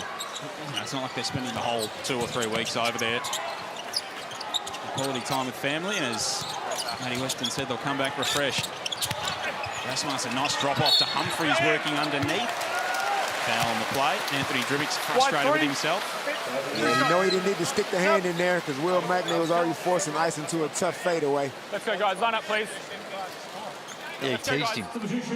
Ball was there to be had, and he's reached in, touches the arm, and sends Isaac Humphries to the free throw line. As it has been for the whole game so far, this is really in the balance right now. Whichever team can put a sort of a sustained run together, it could just about kill the game off. That's the thing. Yeah, I mean, I initially said 1st to 80 points to win, but I might just bring that down to 70. JackJumpers only averaging 79 points a game, so they probably on their pace. The game it's 8 to 9 in the quarter. It's 33 to 28 after quarter time, and it was 29 to 23 in the first quarter. So you're saying it's paint drying versus grass growing is what you're saying. Well, you just... From an offensive point of view. Basketball fans, you've got to appreciate different elements to it, but those that love scoring would love what Milton Doyle's done the last couple of minutes. That's his second three-point field goal make in this third quarter. 9 points. Trumic, McDonald and Magnay all in double digits for the Jackies. Vasiljevic and Humphreys in double digits for the Sixers. Here comes DJ. Floater from long range. High, up and down, won't fall. Unfortunate, very good split of the ball screen. The way the JackJumpers show aggressively like that, that split is always on for guards that can do it. 3 minutes remaining in this third period. McDonald looking inside for Magnay. Rasmussen was there again. You got to be careful around Razcast. Detch surveying the defense. Doyle right up and in on Vasiljevic. DJ sizes him up, gets past, cruises through the defense and scores. A persistent scorer, DJ. Never gonna just shy away from the moment. And Doyle on 3 fouls. I don't know if I have him guard DJ. Game high 16 for Vasiljevic. Detch locks up Milton Doyle. Sixers off and running. DJ pulls up. Maybe not the shot. Blood rush. Detch is doing a great job on Milton Doyle. He's made a couple of threes, but he's face guarding it. He's disregarding where the ball is. And this is after he caught it. Now, eventually got it, and then the level of frustration that Milton Doyle was going on before he actually caught it, he tries to do something. And really good defense, come away with the ball. Doyle checks out of the game. Craig Sword checks in. The Tassie. Different time, different era, but back in the day, when you'd see someone doing that to you, they go, well, okay, I'm not going to look at the ball, I'm just going to face catch. I mean, my eyes would light up because this is backdoor heaven. The backdoor king over here, 100%. That's why I say, Drew, a good old-fashioned 2/3 wouldn't go astray these days.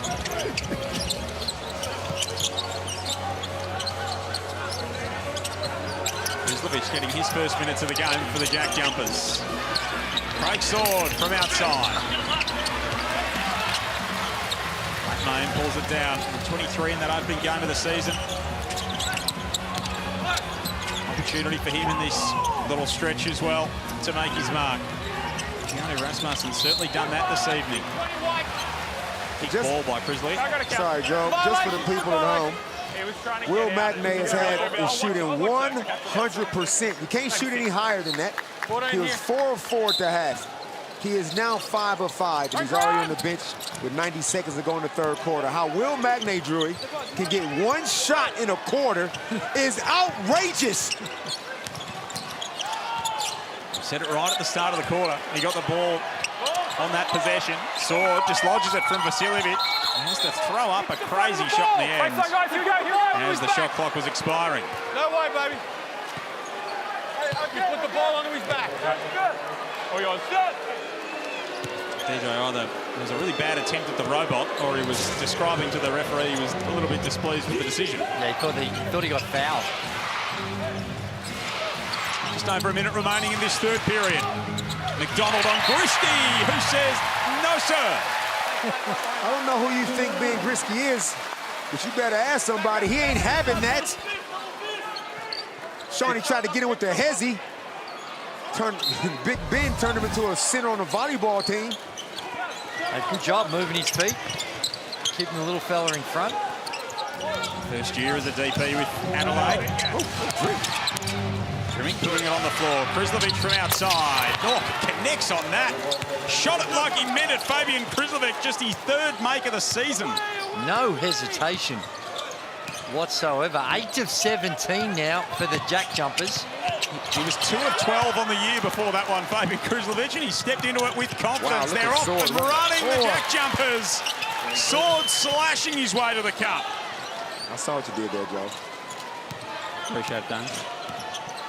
The way Craig Sword just got out there in transition, y'all can see why Scott Roth wanted to bring this guy in, considering the team he thought he was going to have. 7-second difference, shot and game clock as we tick down to 3/4 time. Almost a steal for Krisljevic. Vasiljevic keeps it alive. Guarded by McDonald. Steps back. Tough shot. No good. Drumic pulls down the rebound. Tassie with a chance to close the quarter in style. Sword. Can't find the answer. And we get to three-quarter time with Tassie in charge of this one with a quarter to go.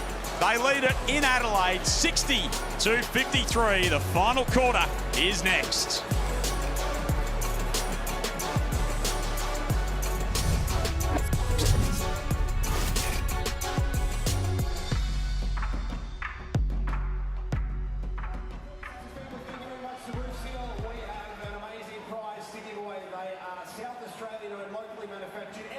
Tonight, we have a signed 36 jersey to give away, and of course, a Roosevelt merch pack. So, tonight we've got Levi and Pierce, and what they're going to do basically is to see how long it takes to putt the ball into the house which has been sealed by Roosevelt. So, Pierce, you ready to go? Good, mate. All right, here we go. We've got to count them, though. Take your time. Remember, the ball is going to roll on the court. Just go, Pierce. Come on. Here we go. That's aggressive. That's one. Now, you're going to walk up here. You've got to take your shot from up here. Come on, Pierce, up here. We're going to lay it there. You know where you're hitting it, right? This is attempt 2 from Pierce. 2, can someone help him out, please? Because the ball is rolling all over the court. This is not a representation of Roosevelt, who are amazing, celebrating their 40th birthday. South Australian business, just chuck it in. Here's the last one. Chuck it in and make it 4. 5, 6, 7, 8, 9. All right, he's got 6. All right. You've been set a target. Levi, come up here, mate. It's your turn. You've got to beat 6, all right? You've got to beat 6. He's got his game face on. 6 is the score to beat. Levi, take your time. Take your time. Thanks to Roof Seal. Let's go. Celebrating 40 years in 2024. 100% Australian made it home. Oh, they are close. I think Levi's got this. Look at the swag on him. Wearing Crocs. Oh, no. Fresh airy. One more. Yeah, he's got it. Give it up for the legends. They're here tonight. We've got the 36 jersey to give away. And, of course, the Roof Seal prize pack. There's our hole-in-one game. And let's get the win. What do you reckon, 36's family? Let's get loud for the 36's on 3. 1, 2, 3. Make some noise. Here we go.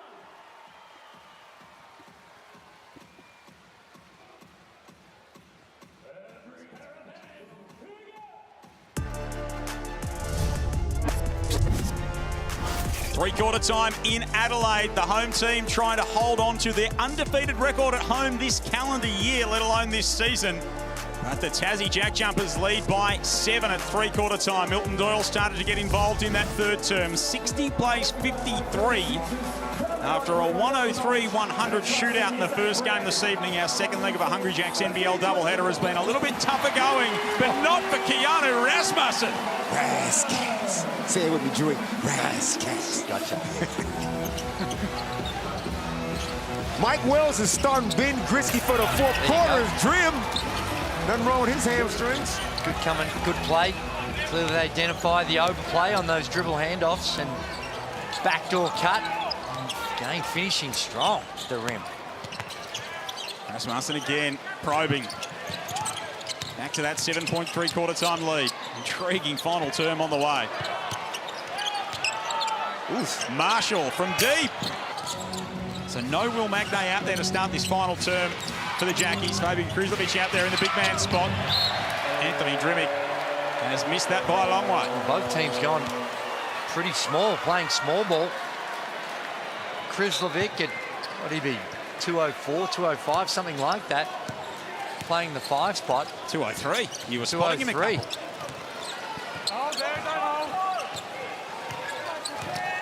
Marshall, May and Christie, Rasmussen, Vasiljevic at the other end for Adelaide. Pull! They leave Keanu wide alone. And it's going to be an Adelaide ball. I got to tell you, Mike Wells, he has benched Jarrell Martin and Isaac Humphries to start the fourth quarter down 7 in favor of Ben Gritsky. Now, I'm not quite sure what that means. But if you're not doing the right thing with Mike Wells, you can have a seat. And to me, that would be based on what we saw on the defensive end and how they were guarding those on-ball screens. Perhaps weren't abiding by some rules, and there's a tough one. Mayan with all kinds of sauce. Well, somebody got to get this scoreboard ticking over. They only scored 10 points in that third quarter. Juk Deng, haven't seen a lot of him this evening. He's played the 14 minutes. That's only his third field goal attempt. And he's been running around there. He's basically been getting the cardio workout. Haven't really seen too much of him. And that was a big hit. Puts it back to 7. And Vasiljevic has kicked that one out. Here is the only replay of that Mayer knocking down Mitsubishi Motors 3 as time expired on the shot clock. Stepping inside the 2 from Mayer. It's a tough move. Not much more Fabian can do in that situation. I've said it many times, but they are the easiest shots to take because no one's going to question whether you should or you shouldn't. That's just a horrific pass by Craig Sword. Martin the interception around the world, and Sword spikes it into the backboard. Marshall outside, no good. Mayen's been really active to start this final term. Craig Sword not giving up on the play. This is Craig Sword at his best in offensive transition. Look at that. Defense. Still where we started. I reckon now with Martin out there, now I know he doesn't play big around the box on the offensive end, but they might need Nate back out there. Helps give some more help on the glass.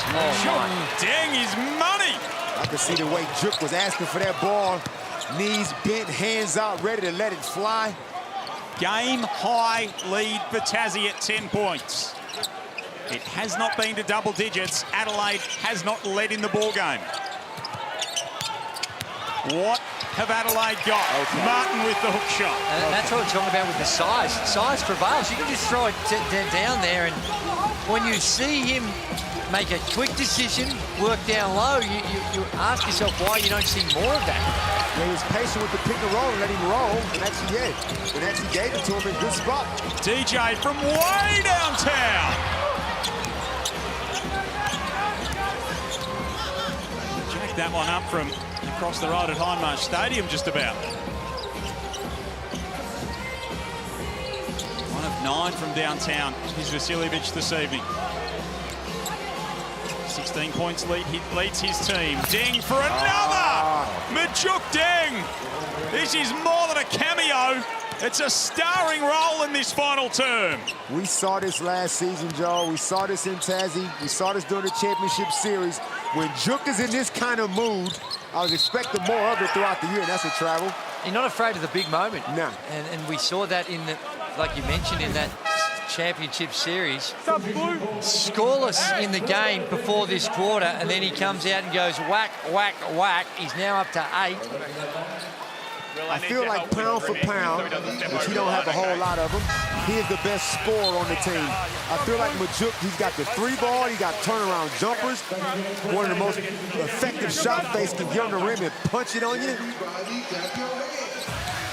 At 18 against New Zealand a couple of weeks ago in that first of their back-to-back wins leading into the FIBA break. Magno back out there now for the JackJumpers. And going straight to work to push the lead out to 13. And it has fast become a problem for Mike Wells and the Adelaide 36ers. Biggest lead of the game for Tassie at 72-59 with 5:52 remaining. Great pass by Craig Sword. He's just doing a bunch. Craig Sword is a basketball player. Okay, he might not be a prolific scorer. He's like an accumulator of good basketball moments. Great little pass. I thought it might have been a little bit too low for Will, but he had some good hands and finished, and Will Magnajo is still shooting 100%.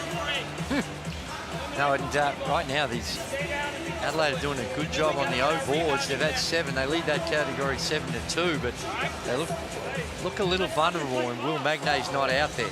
And I know we can talk about offense and getting him more involved, but how he protects the rim and owns the glass is a big part of what he brings to the table. We also spoke about DJ Vasiljevic and maybe trying to do a little bit more than he should. 5 of 18.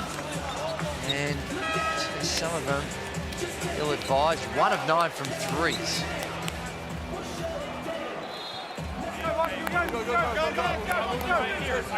5:52 remaining in Adelaide. 72-59 is the Tassie lead. They're up by 13 tomorrow. Massive doubleheader coming your way in the Hungry Jacks NBL. Melbourne United and the Sydney Kings, 2 of the marquee teams in the competition before 2 of the modern-day rivals in the Perth Wildcats and the New Zealand Breakers bring us home in this 10th round of NBL 25. Yeah, the basketball gods are still looking at the New Zealand Breakers with the side eye. Don't know what to do with them yet. 2:30 Eastern Daylight Time. We kick off. Oh, what? Oh, hell no. No way. Challenge that. That's all ball. A straight rip on Jarrell Martin. Through here, let's go, guys. Have a look at this. Let's go. No way. He took it from him. You've got to challenge that. Come on. He took it. As clean as you can get. You've got to challenge that on principle alone. He took it, Drewy. They challenged earlier and lost it, and that's just a bad call. You can see Will Magno, as soon as he turned, he just went, no! He palmed the ball and cuffed it, just took it. Had to be at least a couple of Adelaide 36ers fans who turned around after that and just went no as well. And the ball lied, and Jarrell Martin makes both free throws. Hey, for all the box office of offensive stuff we see around the league, Will Magno's box office at that end of the floor. He was so good. I couldn't see A little bit of a chip it. here between Drimmick and Martin. Comes back on the Drimmick. Okay, get over it, Damon. Going to be an Adelaide ball. Well, in a low-scoring affair, this next couple of minutes is crucial for the Adelaide 36ers. They got away with one on the last possession when Will Magnay makes a clear block. You can see they're trying to hurry it up with the double team. They get a turnover, and they just got to be able to convert on this end. Put some scoreboard pressure on the Jackies. Oh, Will almost took another one.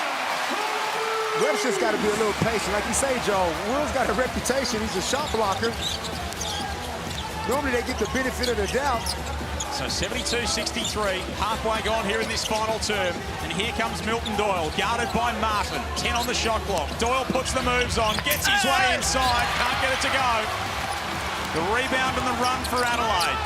Kadee ahead to Humphries. He's fouled. Was he? That looked like a whole lot of ball as well, Damon. 32. Sword reaches in. That's all ball. Oh, my. Does he copy him on the wrist? And it's always the ref from the other side of the floor making the call. Ran past. That's all ball. Yep. Come on.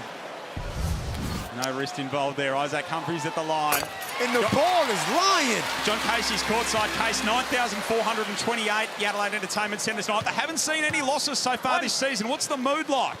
Look, everyone on the edge of their seats here. The atmosphere has been fantastic all season. You're right, 9,428 tonight. The crowd record here is 9,580. So we're not far off that. It is a sellout, just a matter of all the tickets, people with tickets come along. When these teams played here 6 weeks ago, 9,384. Adelaide United played across the road here in the A-League last night, had 8-8. So 36 is hottest ticket in town here in Adelaide at the moment. Yeah, and understandably so.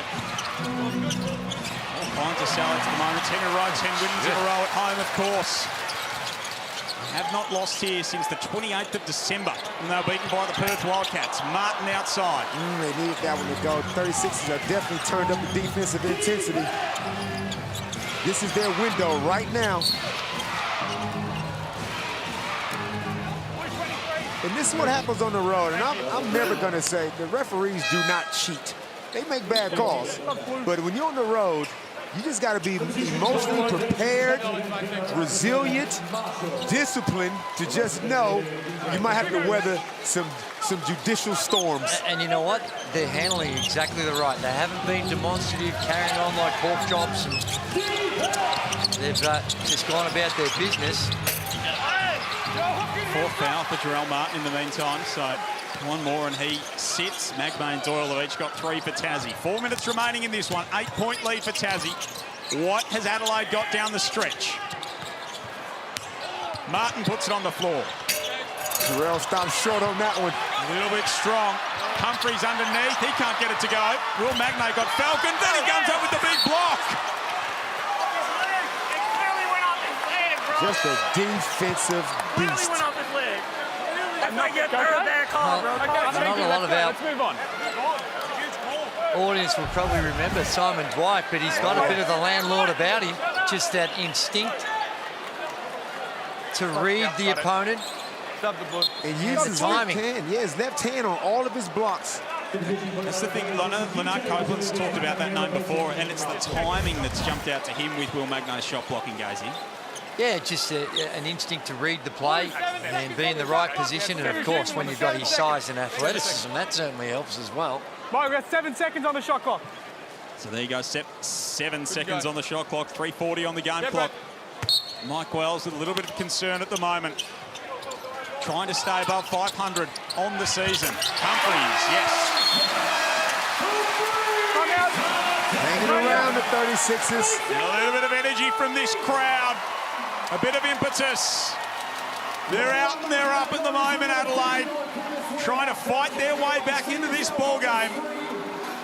66-72. Jackie's had it out to 13 earlier in the term. There's no lay down in the 36ers. 7-0 run for Adelaide. The crowd won't let them. They're playing with heart. A lot of credit got to go to the bench guys. Jarrell Martin's come alive to a degree. DJ is still putting pressure on the rim. They're just doing just enough, but you're down 6. Now the Jackies called this timeout. They're going to come out with some serious execution right here. If the 36ers can get a stop on this next possession, I reckon it could go a long way. But if they come out and give up a bucket, who knows? Yeah, they've had a few things go against them, the JackJumpers, the last couple of minutes. But ultimately, they still need to score. They've got to find a way to get another 8 to 10 points in this remaining 3 minutes to give themselves and keep their advantage. It's going to be a question of who stood up tonight. Isaac Humphries there on screen. He's got 15 and 10. He's got a double-double. It's a very quiet accumulation of his business for the evening, but he's put in a really good shift. With 3 steals to go along with it, that has been a quiet little work. Turnovers have been a problem for the Jackies in this one as well. 14 of them. And a couple in crunch time, which haven't helped. 6-point lead to Tassie. They haven't been headed in the ball game. No Davis, no Harrell for Adelaide, and no Crawford for Tasmania. So both teams under strength. Magnay mashes that one down. You could just tell coming out of that timeout, they was going to get a ball screen of Will Magnay. No matter who had the ball, either Drimmick or Shawnee Mack or Doyle, it was going to end in a Will Magnay. Well, they've had problems with the on-ball defense on that pick and roll all night. Humphries 2 more. Battle of the big men. And they punished the way that Jackie's showing that ball screen. Got the ball to the other side, and Ice dived right out of it. So Humphries with 17, Magnay with 15. Humphries is 7 of 11, Magnay is 7 from 7. McDonald with a circus shot. And big Isaac Humphries runs the floor. Off to Martin. Got it! Oh, wow. Big hit. Well, there's other 3 before that one. But he shot that like he meant it as well. Oh, my. And a turnover. Adelaide can tie it up. Oh, no good for Vasiljevic. It rolls off the front of the rim. Good patience. Thought DJ is going to pull that 3 for the tie. I think Doyle is hurt. Is he hurt or is he just slipped? I think there might be an issue with the floor. They need to tidy up. DJ's battled his heart out. Hilton Doyle fell on the ground, slipped over. 5 of 19, though, on the night for DJ Vasiljevic. Finding a way. His first 5 of the season, DJ, 22.6 points on 45% three-point shooting. His last 6, not including this one, 15 points on 29% three-point shooting. But he's still contributing. He's finding other ways to do it this evening. Providing a bit of leadership and steadiness for them. Doyle for 3. No good.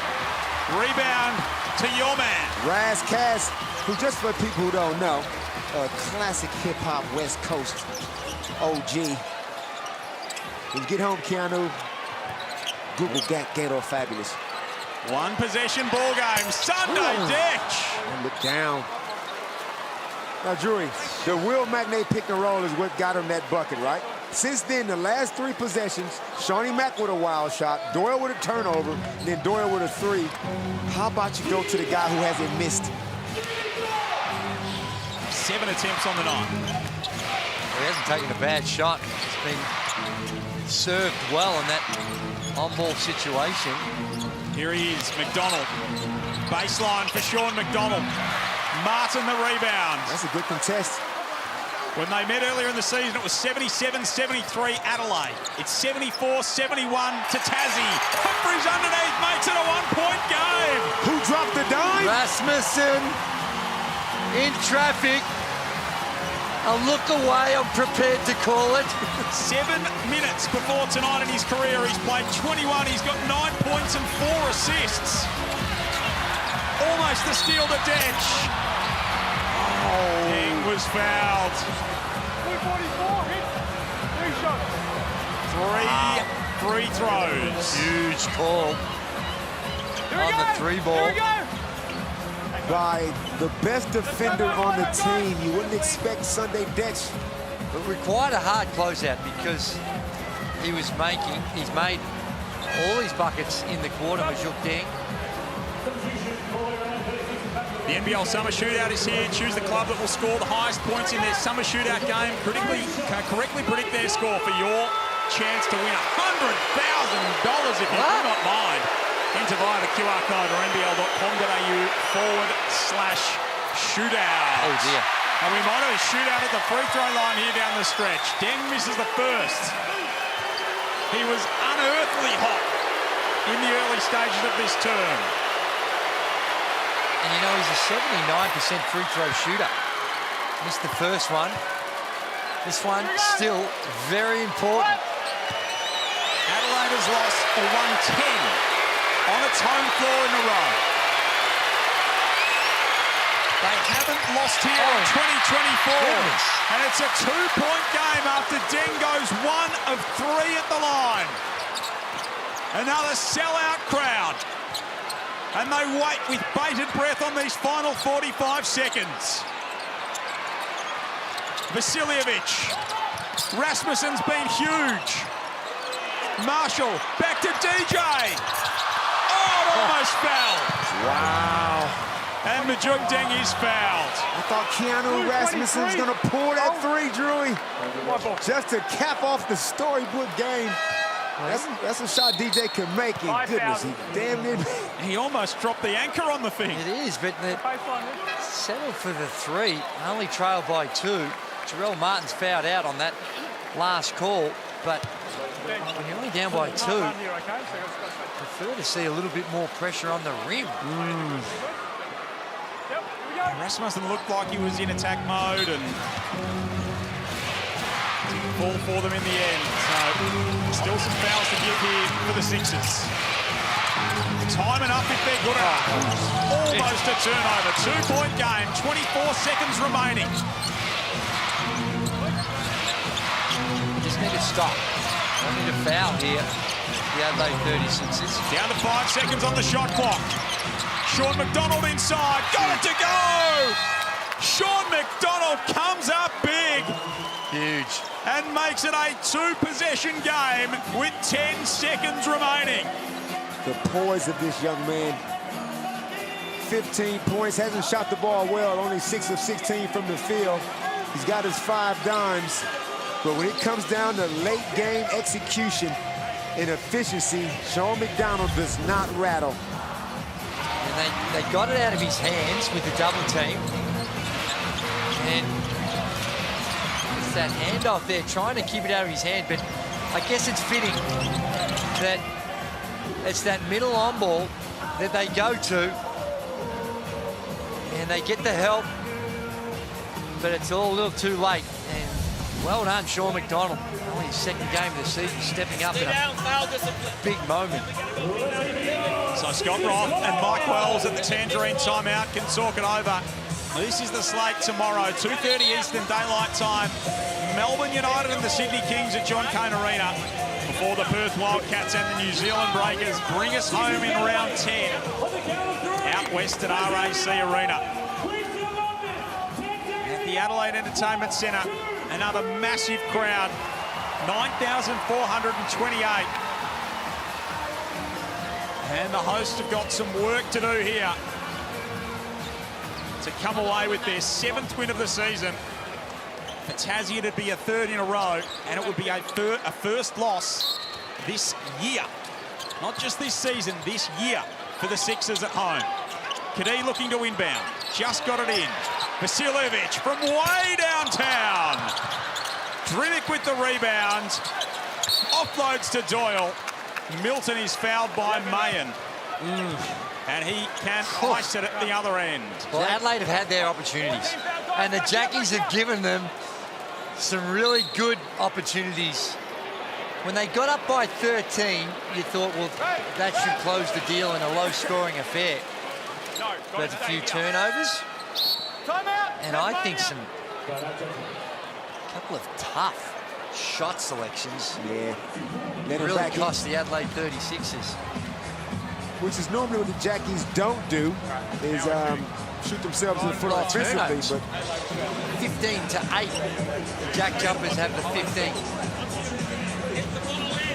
So Tangerine timeout. Jack Fleming stepping in for Scott Roth to walk Tassie through it. There's Will Magnay standing up in the timeout. He has been instrumental this evening. 7 of 7 from the field, 15 points.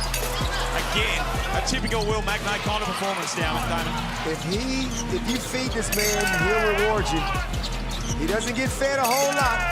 He plays defense like no other, protects the rim like we haven't seen in quite a while. 7 for 7, 100% from the field. And his best play of the night won't even count. And it won't even count. Oh, the block of the year. That one right there, the block of the year. They've only credited with 2 blocks in the game. I think on a review there might be other ones where he might have got a little deflection. It certainly changes a lot of shots, the way in which he can protect the rim. Super efficient. 7 of 7 from the field. So Adelaide had the foul to give. So side out for Tassie, 3.1 remaining. They get it into Steindl. And Steindl will walk it off the clock. And the Tasmania JackJumpers hand Adelaide their first loss at home of 2024. A 10-game home winning streak for the Sixers is snapped. Tassie get it done 77 to 73. They've won 3 in a row. The Jackies are 6 and 8, and they're fighting their way back into this thing, Gazy. They certainly are, and we've come to learn, you never doubt the JackJumpers, they find a way. But I can't be more impressed with what Sean McDonald's been able to do, the way in which he ran the team, orchestrated the plays, able to knock down some shots, and given it's only his 2nd game of the season to come back and be playing at this level, full credit to him, and he was a big part of the reason why the JackJumpers could break this incredible home streak of the Adelaide 36ers. Yeah, another big crowd tonight, but no good for the Adelaide 36ers in terms of the result that they were looking for. It was round 5 when they met earlier in the season.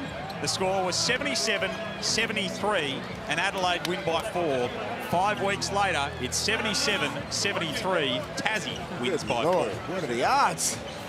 No, it's and hey, full credit to the Adelaide 36ers too. You take the 2 best players, 2 of your leading scorers out of your team. That's very hard to replace. So they battled gallantly, but just weren't able to find a way to put enough points on the board to trouble the JackJumpers, because they love playing these games in the 70s. Yep, absolutely they do. Absolutely they do. John Casey is with one of the stars of the show. Thanks very much, Joel. So I've got Sean McDonald here at the moment. You were here 6 weeks ago and it was 77-73, but their way, I guess you're the difference. I don't know what to say about that, but it was a great fight at the end there. You know, they put a run on us and we just dug deep and made enough plays to get the win there. And how good to be back. I mean, you had this injury, thigh injury early, then your ankle injury in Singapore. You're out for 10 weeks. But to be back, career-high 7 assists in your first game, into the starting 5 here and having an impact. Yeah, it's awesome to be back. You know, being injured's never fun. Just got to put the work in, and these guys have trusted me to play my game, and yeah, just really grateful to be back. Just your 2nd win on the road this season, and it's a big one. That's 3 in a row now. Can we say Tassie are back? Yeah, you know, we never doubted ourselves. Things get tough, that's when we dig deep. So, yeah, we're going to be good. We're fine. And a word on Will Magnay, the rim protection that he provides, some of those blocks that you'd pay the price of admission just to watch him. Yeah, he's amazing. I mean, when you're in a pick and roll with him, you have full faith that he's going to block the shot. It's unbelievable. And Jordan Crawford hopefully back for the next game, and you can keep building. Absolutely. We need JC back. All right, mate, congratulations. Thank you, appreciate it. Cheers. Great to have Sean McDonald back as well for the JackJumpers. They win a third in a row. They moved to 6-8. Adelaide 6-6 on the season. 77-73 to Tassie. We're back to wrap it up after this.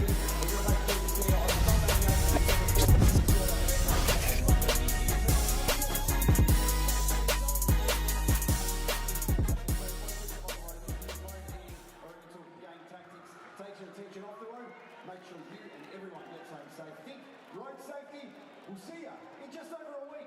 It's not too far away. Sunday the 8th as we take on the Wildcats. Thanks for joining us tonight.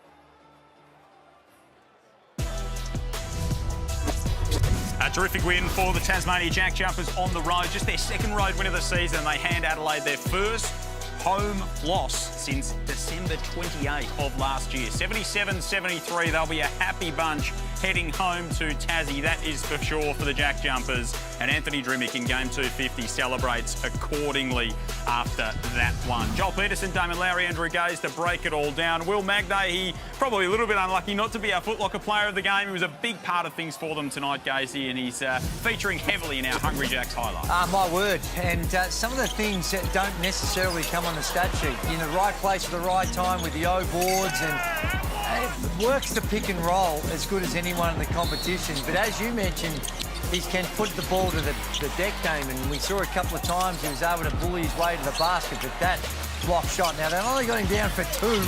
He got robbed of 1. That one there is just highway robbery, because that's as clean as you'll ever want to see a block. But he is a big, big part of what they're doing, and you know, I think with Shawnee Mack out there and finding him made his life a little easier. The field goal percentage is really, really tapered for the Adelaide 36ers in particular. It was a white-hot start, 29 points in the first quarter for the Jackies, and they only end up with 77. So there was a big turnaround. Yeah, rough three-point shooting night for the Adelaide 36ers, that is for sure. But they will bounce back. They'll come back better than ever. Big Sunday tomorrow, Melbourne United and Sydney, New Zealand, and Perth as well. Illawarra went down to southeast Melbourne in the first game of our doubleheader tonight, and then it was Tassie by 4 over Adelaide. On behalf of myself, Andrew Gaze, Damon Lowry, John Casey, all of our crew behind the scenes, thanks for your company on Saturday Night Hoops. Look forward to it again tomorrow as round 10 continues in the Hungry Jacks NBL.